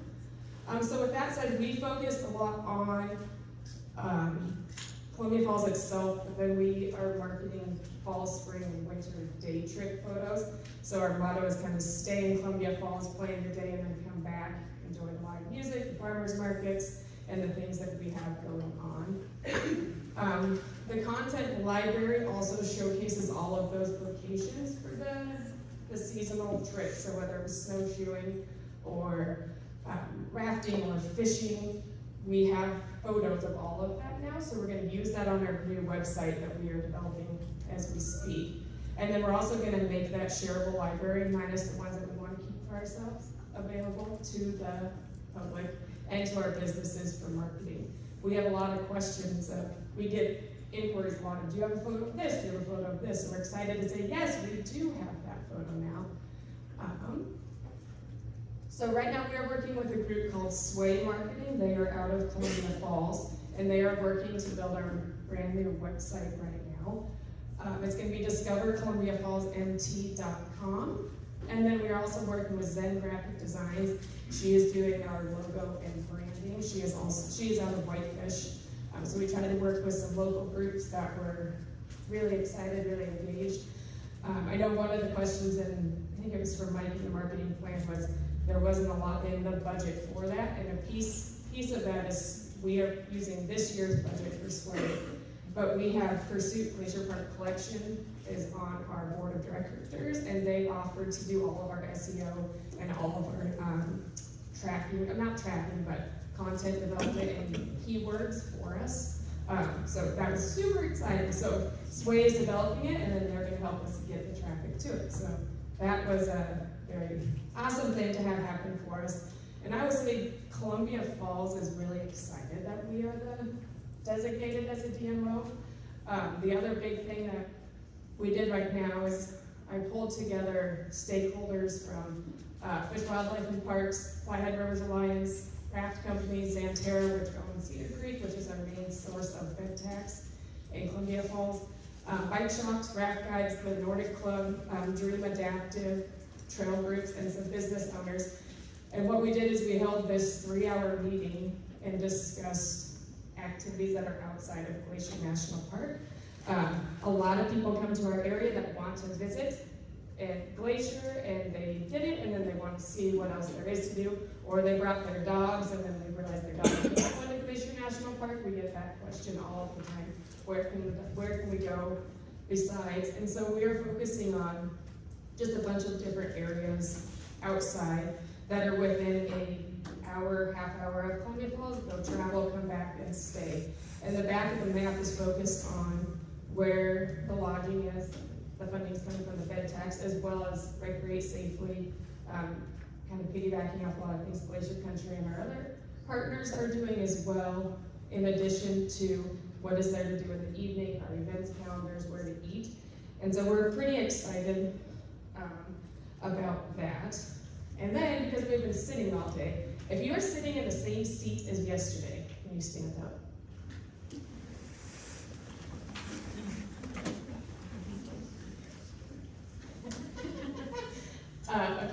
And if you are not sitting in the same seat as yesterday, now you can stand up. So as you can see, this is similar to what we are seeing in Columbia Falls. So if you are returning to your seat, those are our return visitors. They are return travelers that want to come back and see us, so thank you for coming back.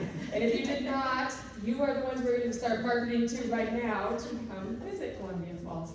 We have kind of a combination of return and those that are new to our area. And so we want to make sure we're targeting those drive markets and flight markets, but also the local businesses that have these people coming to visit us. Again, because a lot of times they come, oh, we're going to go up into the park. Well, you did that last trip, so why don't you try this? Beautiful views, less people, and just tourism. So that is our goal for fiscal year 25. Well, I guess I would say biggest takeaway from this year, and I want to first say thank you to Diane and Julie and Barb and Racine. I don't know how many times I've just asked questions or said, can we go to coffee? I don't know what I'm doing, but I'm glad that I have resources that have helped. And Diane gets random text messages all the time. Can this come out of this budget line item? Because I'm just still a little hesitant of where everything goes, but I appreciate their assistance. And so my biggest takeaway is I have a question. Actually, not just one question, I have all of them. I have all the questions, because that's how I felt this year. But we have accomplished a lot in a short amount of time, so I'm excited about that. Looking ahead, our new website, like I said, is being developed now. We're hoping it's done by the end of June. That is the goal. We're going to be doing stakeholder meetings and a resident sentiment survey. I met with Julie, as she just discussed previously, of kind of the things they went through in Whitefish. And so I'm pretty passionate about, before we start all of these campaigns and marketing, that we have talked to the people that are living there, that are visiting with the tourists and the traffic, or their lifestyle, to see what is Columbia Falls, where do we want Columbia Falls to go, what are we looking for, before we just put a bunch of items out that maybe cause some of the similar problems in Whitefish. So I appreciate that insight. We are working on spring, fall, and winter. We pretty much stay away from summer. The data shows it's doing well on its own. And then that new recreational map will be designed hopefully the end of June. Our design may have a medical emergency, so that might get pushed just a little bit, but that was out of our control. But we are going to print and distribute that map this year. And then this is just a little overview.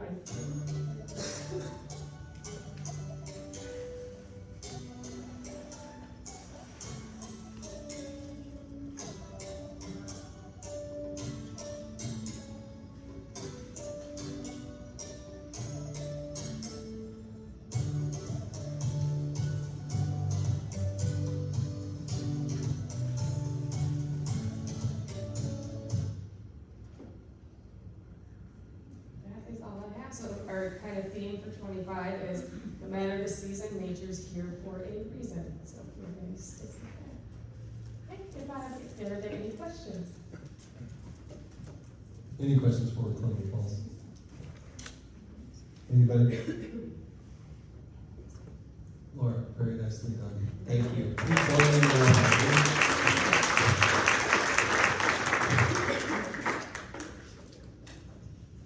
Lady Di, you are up, and Missoula is on deck.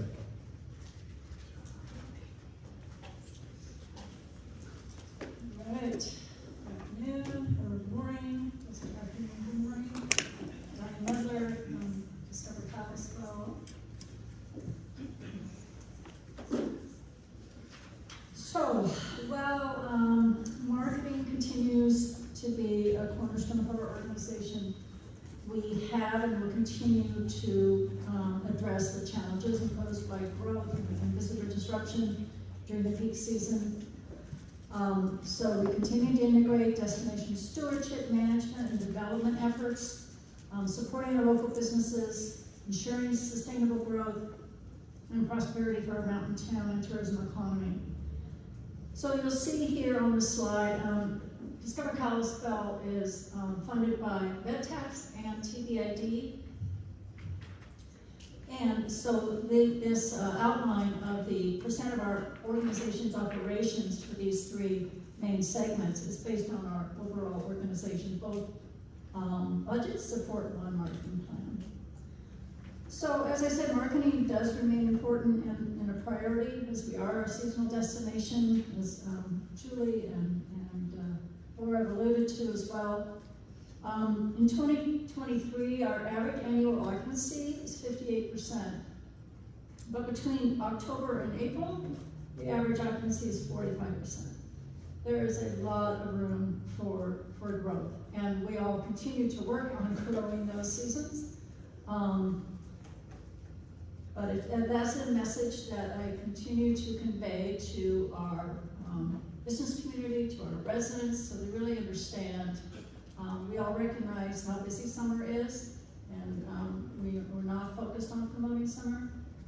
But here's the reality. In Flathead County, according to ITRR, there's about 12,000 jobs that rely on tourism. So it is important that we continue to market to support them. So I'm just going to highlight some things from each of those segments that we've done this year and look forward to in next year. For destination marketing, one of our highlights was the inclusion of our Wander Map. It's a 3D interactive digital map app, also available on our website. It really helps to connect those visitors and residents to explore local trails, dining hotspots, boutique shops, museums, immersive rural tours, events. It's really that second touch point after they've engaged with the brand. It's helpful in the retargeting. It's also been an effective tool to gain and retain members. Members see it on our website. They see some of the paid advertising we've done to highlight the Wander Map, and it's generating calls to be able to be included in that resource. The most viewed categories are food and drink, arts and culture, places to go, lodging, and shopping. Also, in FY24, our earned media really achieved good results. We had over 60 million in reach, and then those articles that were generated through hosted press trips and other media outreach, all focused on winter travel and our culinary assets. We did use a very hyper-targeted winter advertising, and we'll continue that next year. Everything from incentives to staying 2 nights and getting 2 lift tickets, to videos we're promoting the powder skiing and winter activities by day and all the in-town amenities at night. In addition to the Wander Map, some other tools that were helpful to get people to explore our town. Our seasonal passes, Town and Trails Pass and our Winter Wonderland Pass, and informational displays. We talk a lot to our business partners and our hotels. What can be helpful to you? What resources can be helpful? And they do want those tools that visitors can access and use to help answer their questions. So the top item there is a tabletop informational display, hitting the highlights of what visitors are asking. How to navigate the vehicle reservation system in Glacier National Park, getting them again into the Wander Map, our events calendar, and places to eat and drink. So just for example, the Town and Trails Pass received 904 check-ins at 24 businesses during the 3 months that it ran during the warm season. So again, these are mid-funnel tools, really used in retargeting once people engage with the brand. When people come to Kalispell and the Flathead Valley, they're coming for the full experience, right? So we need to really engage them to have them come into Kalispell, the downtown, and enjoy all of our amenities. So on the destination stewardship management side, some of our key highlights on the visitor management side, including resources for our local partners. An additional resource that was requested, and that actually came out of our continued work on doing some customer guest services training and the challenge for those businesses and hotels and Main Street businesses to get people to come to those sessions. They found them valuable, but it's hard to get people there. Is we created, it's kind of old school, but it's been well received, and a printed resource book for front desk staff. We call it the front of house handbook, and again, just outlines all that information that those staff members can easily access and help to inform their guests. So that's been a great resource. Also involved in the Living in the Flathead guide. This is an online guide, again, really also in more on the stewardship side. Important for all of these new residents and visitors, whether they're here for a week or a month, to understand the importance of protecting our waterways, land, just various components in that. So we were just a supporter of that guide that the Flathead Lakers and other organizations worked on to put together. We worked to our Downtown Action Committee partnership to help. Last summer, particularly, there was a higher increase in vagrancy and homelessness, and so the community came together and created a good action plan that helped to provide those people with some other resources and places they could go to get services and help them protect the integrity of our Main Street. Another stewardship tactic that we have done and will continue to do is volunteerism. We as an organization participate in as many opportunities as we can. The Flathead Rivers Alliance has a Waters Cleanup Day, helping to protect the three forks of the Flathead River, trails days, all of that. And whenever there's a organized, scheduled event, we have a volunteerism page on our website, so that residents and visitors may just hopefully choose to participate in those and volunteer and give back. We also promote those opportunities through our organic and social.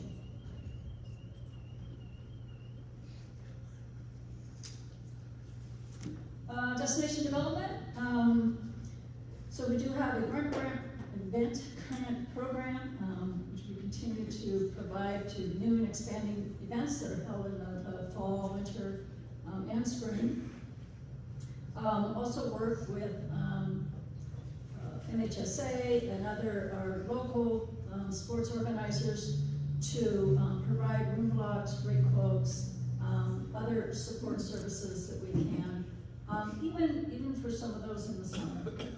Some of these tournaments need to happen in the summer, and room rates in Kalispell and the Flathead are really expensive. So we want those events in our destination, so we do help to support that. The new Wackles Performing Arts Center has given us a great resource for additional indoor events and conferences, and then we have some new indoor sports facilities that have been completed and are in the works this year.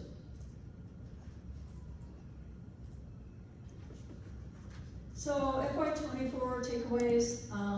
This was a tough one, and it really reminds us all that the winter traveler is coming for good snow, and they're very short planning window. And if you don't have as good a snow as some other competing destinations, they're not going to come. And it was a good reminder of that. The impact of the low water levels in Flathead Lake and the area fisheries last year did have some impact on recreation. And then the shift in visitation cycles. We continue to see a softening in summer, particularly August. The vehicle reservation system is in its 4th year in the park. That makes it difficult for the long-haul traveler to plan, 6 months out. If they don't get a vehicle reservation, they may be hesitant to book the rest of their trip, even though there is another opportunity the day before they want to go in the park. And there's some other logistics with that system that make it difficult, such as needing to go on one day or every 180 days out for the day you want to go. It's really difficult to plan. We continue to have conversations regularly with the park and our other partners and help work through these issues. Data showing that spending by international travelers in Kalispell has increased, getting near pre-pandemic levels, primarily Canadian. Glad to see them back. But other key markets are Australia, Germany, and UK, those markets that tend to continue to always show up on the top. We also will be looking at how we can maintain the relationships that we did have through RMI and other resources, and get back into that, talking with the international tour trade and receptives. Excited to hear that our airport expansion is continuing. We now also have an escalator in northwest Montana. It's pretty exciting. Lots of new flights. New flight from Labello to Sonoma County that started this year. And any of these new flights, particularly new carriers, but especially new flights, we do some out-of-home and some digital marketing in those markets to help kick that off. And then we also are a contributor and a partner with Glacier Aero, our local nonprofit group of business and tourism that helps to incentivize for new winter and year-round flights. Quick budget overview, showing the key segments.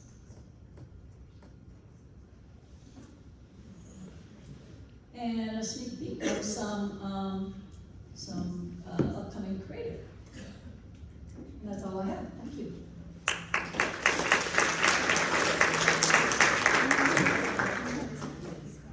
Questions for Diane? Any Kalispell comments or questions?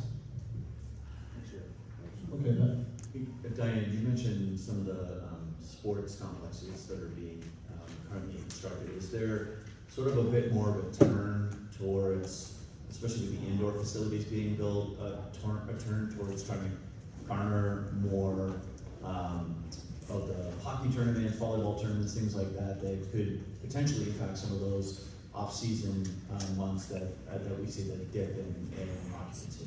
Yes, yes, resign, yes. And we are, we've had those efforts, but it's been difficult with the lack of indoor facilities and the lack of available ice. Stumptown is overcrowded and there's no ice time there, and Kalispell has one outdoor rink. So that is a priority.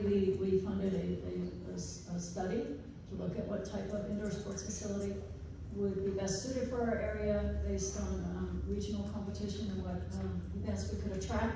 So we continue working on that. And with the addition of these new facilities, that enables us to even put a higher focus of funding and marketing and sales efforts in FY25 to program more events and capture that.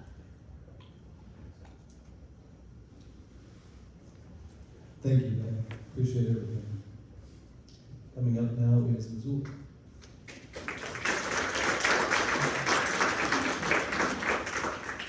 Glacier Country, you're it. She is it.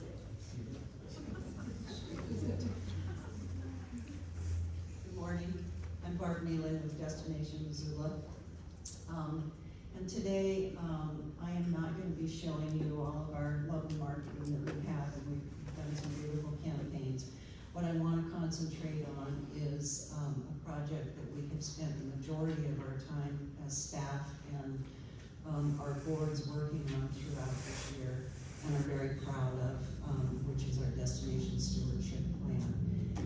What I'm going to run you through is, I don't have the plan for you as it is in the middle of being approved by our stakeholders. So that will come a little bit later, but I want to run you through the process. and some of the research results that we have found from it. So we did the strategic planning about 3 years ago with both of our boards, TBID and Destination Missoula.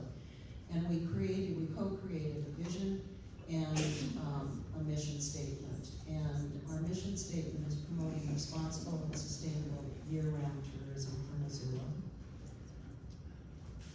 So what is sustainable tourism? It's tourism that takes into account the current and future economic, social, and environmental impacts while addressing the needs of the visitors, the industry, the environment, and host communities. You know, with the major shifts that the industry went through with the pandemic, we did strategic planning in 2021 with both the boards. And through that process, one of the main pillars that came out of it was that we needed to do a destination stewardship plan. I'm sorry, I've got a fly buzzing around me. For Missoula. And so that really created the understanding that we needed to move from the marketing and management more into the marketing and stewardship end of what we were doing, with the work that we were doing. So Destination Stewardship Plan really is a 10-year strategic roadmap for Missoula. And it provides a framework for inclusive, sustainable tourism development and promotion that balances preserving and enhancing our residents' quality of life with the quality of our visitor experiences. And although the process is being led by Destination Missoula and the TBID, we also have some really great funding partners in the community. Because this document is not meant just to be guiding our organizations, it's meant for the whole community. And we felt it's really important to have the backing and the commitment of the community in order to be successful and not sit on a shelf. So we hired MMGY Next Factor, Better Destinations, and Smarter Insights to help guide us through this process. So in the preceding 12 months, we've created a steering committee that was comprised of 29 community leaders from all sectors of our community. And we've engaged 1,242 stakeholders and community members. We held 9 focus groups with 92 participants, 16 one-on-one interviews, and 4 community town halls. So Smart Insights conducted a national visitor profile for us. The survey targeted 447 visitors and 501 potential visitors, collecting about 1,174 trip impressions. The survey was designed to help us develop a visitor profile to identify different visitor segments, their key motivating factors, gauge the role of sustainability as a motivator, assess the image of our destination, and to determine how Missoula compares to its key competitors. The results showed that kind of interestingly, for out-of-state visitors, they really do not see much difference between Bozeman and Missoula. We sit kind of in our own category with the rest of our competitive set, which is nice to know, but the two of us are very synonymous to out-of-state visitors. Now, of course, that's not the same for in-state visitors. In-state visitors all really know the difference between our communities, right? We also found that responsible and sustainable travel resonates very deeply with them, and that they love traveling here really for not only our outdoors, but for our vibrant arts and culture. And I'm just kind of going through these kind of fast. If you've got questions on these, we'll go back to them. We also had MMGY Next Factor conduct a resident sentiment survey for us. And we released that, excuse me, in the spring and the fall. We did it 2 times of 2023 to assess the residents' views on tourism before the tourism season started and after the tourism season was over, to see if there was a difference in how they felt. We had approximately 953 residents who participated in it, so we were thrilled with that. And some of the key findings were that Missoulians feel extremely positive about the benefits of tourism, and that it still outweighs the negatives, which we were thrilled with, because I know that isn't the same across the state. And that they also see that it's very important to our economy. The most important considerations that were related in their minds to tourism were fair wages, waste management, environmental preservation, affordable housing, and respectful visitor behaviors. The other thing that we were happy to hear is that our locals see Destination Missoula as a resource for locals as well as for visitors, so we were thrilled to see that too. We also conducted what's called a Destination Next community assessment with 78 key stakeholders in our community. And these are businesses and government agencies, kind of leaders across the community, to assess the strengths and alignment of the community as a destination. This assessment is based on a series of 24 variables, and you can see them all here. So it's pretty extensive. And the purpose of doing this was to be able to really assess what are our strengths as a destination already, and then where are the opportunity points where we can improve and really work on in the work that we're doing, the upcoming work that we're doing.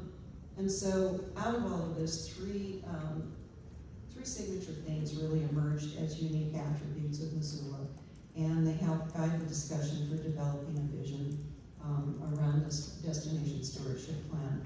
Outdoor experiences in our rivers are a source of pride and identity for Missoulians. We're also proud that everyone is welcome in Missoula. And we have a very vibrant and diverse culture of arts and entertainment. And through the process, we were guided by a set of community-led, mutually identified principles that help serve as guideposts. And they were stewardship and sustainability, which is really respecting and protecting Missoula's environment and enhancing our sense of place.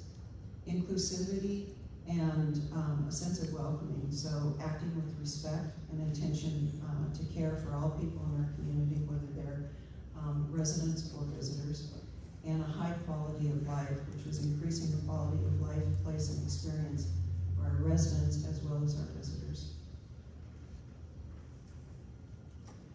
So, out of, we're kind of in the final stages, like I said, of the plan itself and getting it approved.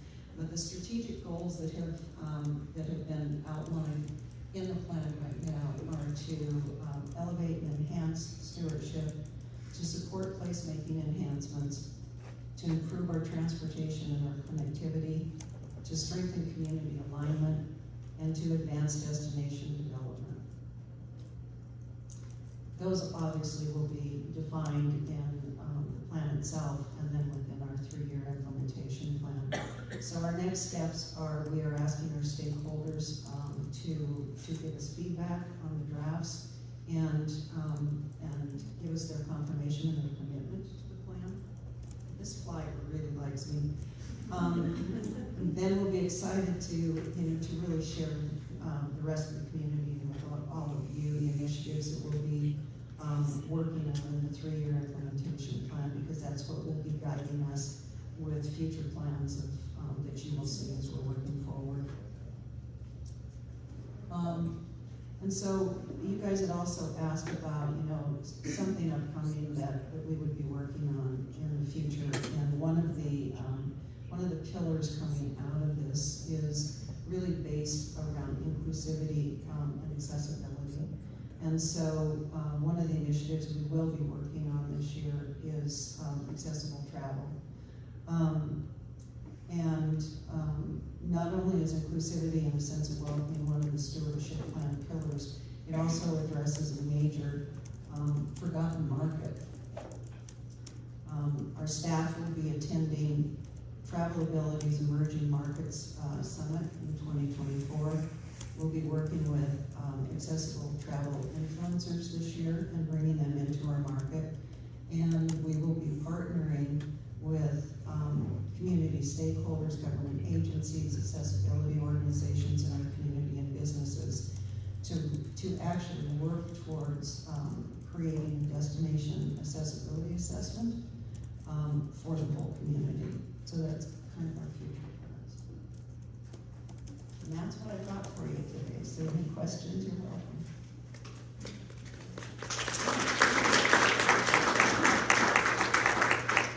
I remind the council that even though Barb did not address the plan she submitted specifically, if you have questions about that, obviously now's the time to ask those. Any questions for Barb about anything that you need to know? Barb, I will just make a comment. I see that 4 out of 5 dentists surveyed said that Missoula is a good place and that they would recommend it. I'd like to focus on that 5th one. Rebecca has a message for them. So if you want to take that as a 1 out of 5, I'm sure she'll share that with you. Thank you. Okay, so, very good. Thank you very much for all your hard work. Nice job.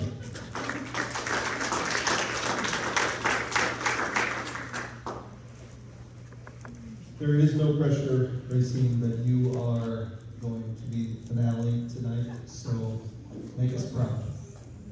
Pressure, oh my gosh, I'm feeling pressure like none other. First off, I just want to thank everybody for setting the bar pretty dang high. Never gone last before, and this is a really intimidating place to go.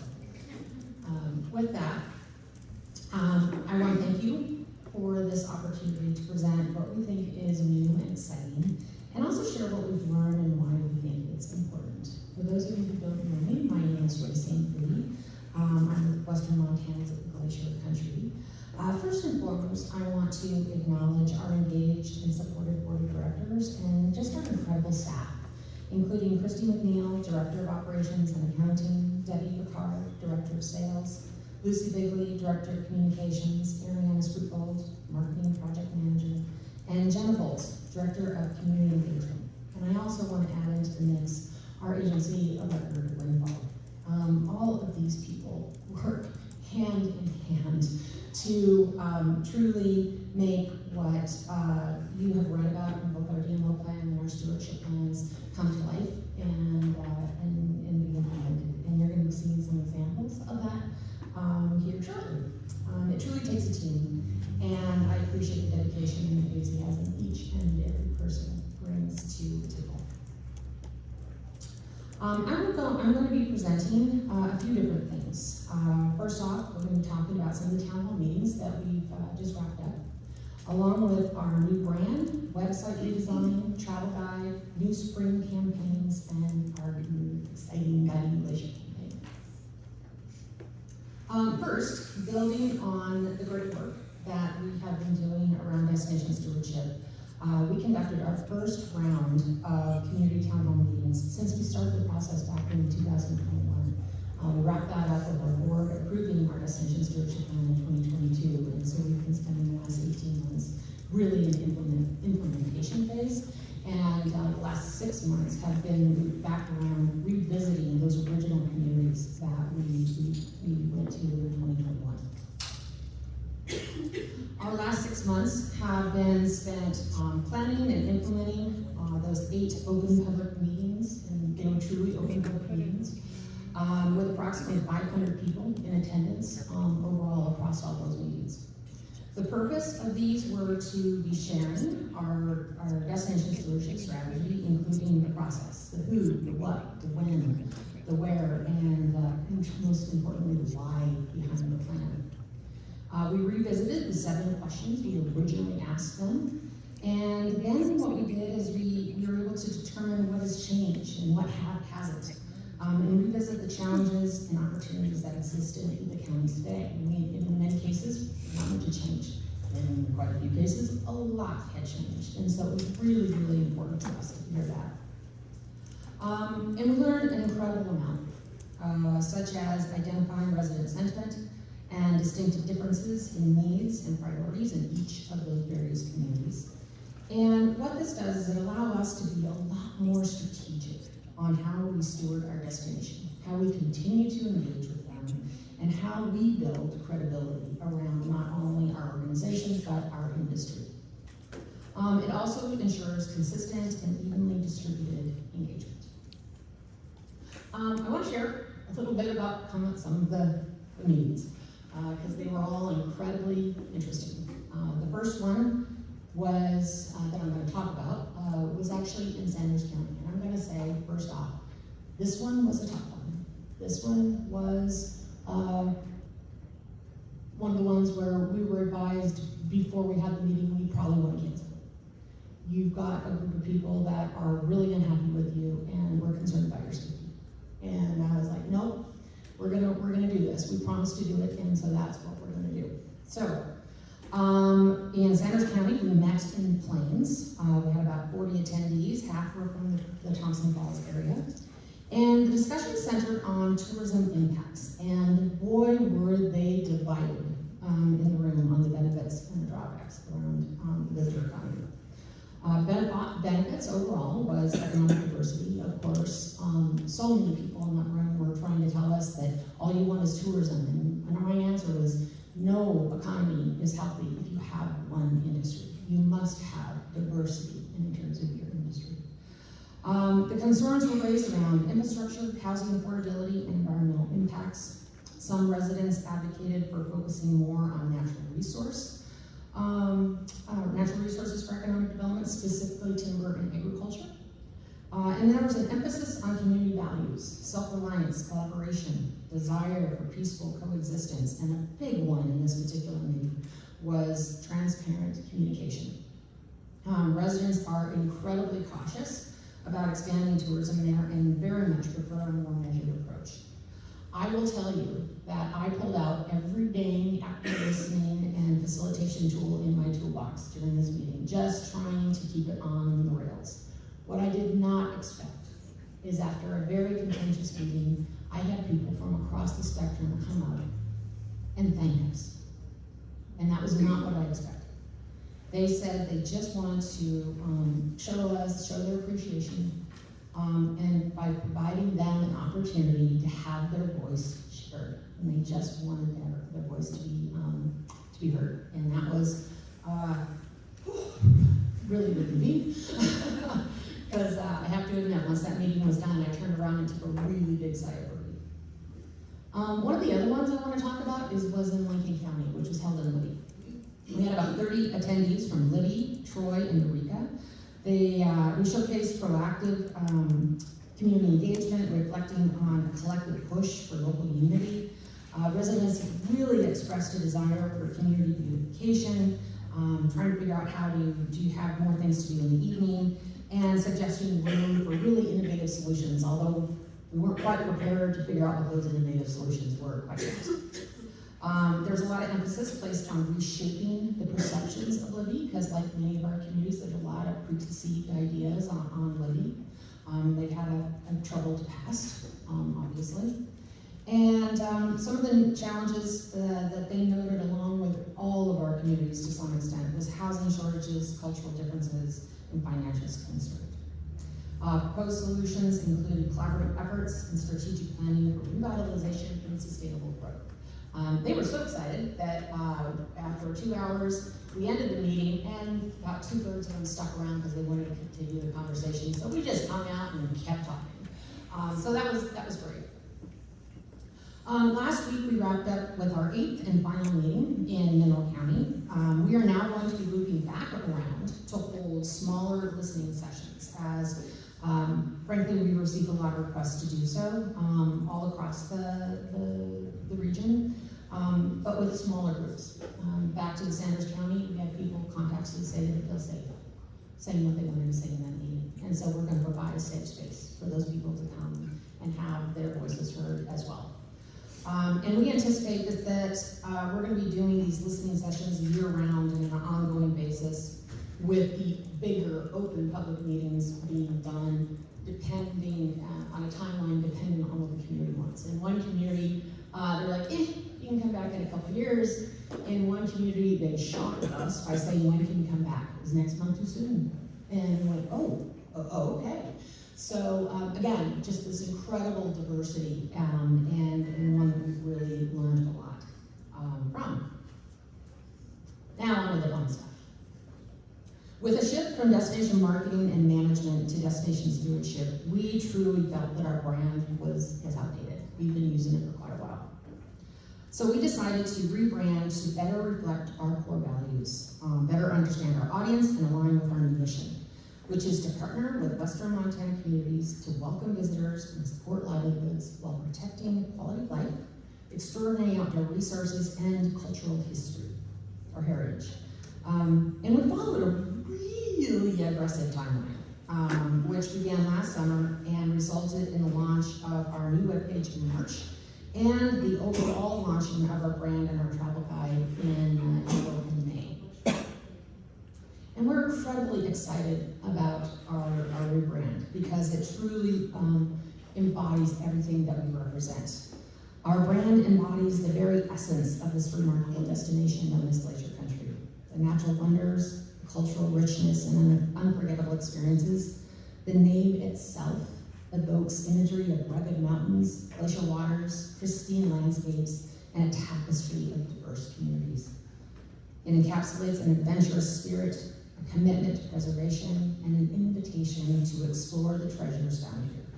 It emphasizes the importance of responsible and sustainable tourism practices and the need for Glacier Country to be seen as a steward and a supporter for Western Montana communities. We used the state's brand in the past, so when we went down this path, we were able to truly do and create our own brand. We changed our, not our legal name, we changed our known as name from Glacier Country Tourism to Western Montana's Glacier Country. We changed our logo, we have our own brand pillars, we have a beautiful brand guide, and of course, along with that came new advertising campaigns, a new website, and a new travel guide. And so with that, we started the work on the projects themselves. Our website redesign started in August of 2023. We spent the next 8 months in the development phase, and we launched our website in March of 2024. The website development phase of the puzzle was obviously very, very intense, and we took first a really deep dive into our existing webpage, and we looked at what needed to be changed, what was working, what pages were redundant. We just did a super deep dive. And then what we did is we started to look at the layout and the new site map. Site map conversations alone were pretty in-depth because it's a massive site. And then we looked at developing new copy to match the rebrand, making sure that our tone and our message and the things, the way we were saying things were all on brand, but also making sure that this new thing called GA4 and optimization was going to be working for us. So we spent a lot of time in SEO optimization of the site and the content that we put on there. And of course, we had to take the opportunity to update our photos all throughout the website, utilizing what we were blessed with in terms of about 35,000 different digital assets, both in video and still. Then, at the same time, we were doing our travel guide. And our travel guide underwent actually a very similar process as well. It focused on compelling design and stunning photography, and it truly is very different from our previous ones. We too, on this piece, looked at more engaging content, highlighting partners throughout, utilization of QR codes, which are more and more popular and people are more familiar with, to get them to specific URLs on our website, and we completely revamped our listings in the back. And first and foremost, again, we wanted to make sure that our guide remained incredibly informational, We want it to continue to be a premier source of information for attractions, events, community descriptions, culture, lodging, transportation, and more. I do want to note, though, that both our webpage and our travel guide are not funded out of the public funds. These are both privately funded projects. We just send all of our marketing and such to these particular sources of fulfillment. And of course, it's always exciting to work on new campaigns, but it is especially exciting when you get to do it with a brand new brand. And so we had 2 new campaigns. One was in-state and one was a national, and each of those had to have 4 different things. It had to elevate the brand, it had to truly embrace storytelling, and it had to support and align with the destination stewardship goals that we have integrated into our very DNA at this point in time. And it needed to represent the entire region. They must also needed to welcome visitors and encourage them to respect the environment, the communities, and the local businesses, evoke emotions of optimism, thoughtfulness, and care, and must be trustworthy and community-driven, thus positioning us as a knowledgeable leader throughout our entire region. And it had to balance inspiration with great responsible messaging. Both our campaigns, while a little different, focus on letting the imagery do the storytelling, neither using a tagline, but simply using a few descriptive words to set a tone and enhance the images before you. Peaks that rise above the noise, catching your breath, and rivers like roller coasters. We also had a lot of fun with creative, interactive digital ads that mimic a mini travel guide online, enticing the user to visit our new website and explore more. We also continue to build on our recreateresponsiblymt.com campaign with numerous billboards throughout the region, lifting and reinforcing messaging around doing our part to recreate responsibly when playing in local parks, in public lands and trails, in our national parks, and everywhere in between, including our small towns. And I am pleased to present our national video ad. Once again, we let the imagery do the work, allowing our imaginations to put ourselves in the story.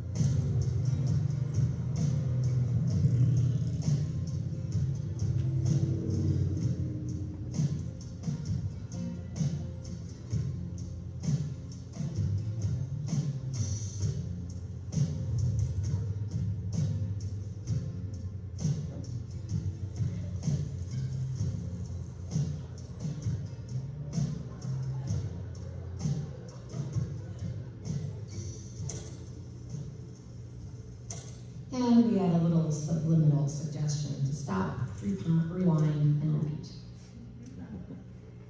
I'm especially excited to wrap up by talking about our Guiding Glaciers campaign, which was literally born from our Destination Stewardship Plan. Guiding Glacier is really all about a day in Western Montana. Stories focus on guides and local storytellers throughout our entire region. Not only the who, but the what guides our visitors to an enjoyable, meaningful, and respectful experience in Western Montana. Guiding Glacier highlights adventures from across all 8 counties throughout the calendar year. And we covered a wide variety of businesses. Montana River Guides, Western Cider, Montana Museum of Art and Culture videos, and those were all complete. Great Northern Powder Guides, Lookout Pass, and Kootenai Anglers, those have all wrapped up with filming and are in post-production right now. And production is coming just in the next few weeks on the Bison Range and into the Kitchen, which will be filmed very shortly, and we're also excited about that. And our last, most recent video that we have posted as a part of this campaign. People try to go blind here, and it's like, we're not a great growing region, but we can grow an apple better than anyone. The quality of food in Boone Valley is as good as anywhere else in the world. My name is Michael Billingsley. I'm co-owner of Western Cider. This is Billingsley Cider Orchard, the orchard side of the operation of Western Cider. My wife and I started this back in 2010. The crew we have here is unbelievable. They're really what make this place happen.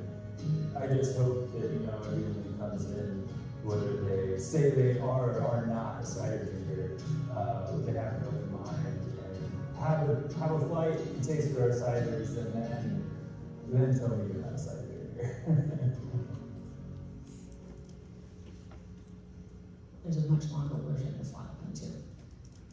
With that, I just want to thank you so much for allowing me some time to share some exciting and challenging things that we're doing. One of the key things that we hear as a result of the shift that we've made to destination stewardship is really the relief and excitement that our communities have, not only about the work that we're doing, but how we're doing it. Keeping them top of mind in everything that we do. Our new brand, website, travel guide, and campaigns really are a true result of being true to who we are in Montana. With that, I'm happy to answer any questions that you might have. Any questions for Missy? Yes. Haley here, mine's more of a comment, just, we didn't all say our most exciting thing. I think the only person that did was Alicia when we introduced ourselves, but for me, the most exciting thing for Montana tourism right now is agritourism. We had a tremendous first conference at the beginning of May. There's work underway to start the association, and so having that cider video and the nod to what agritourism can look like is very appreciated. So Right at his core.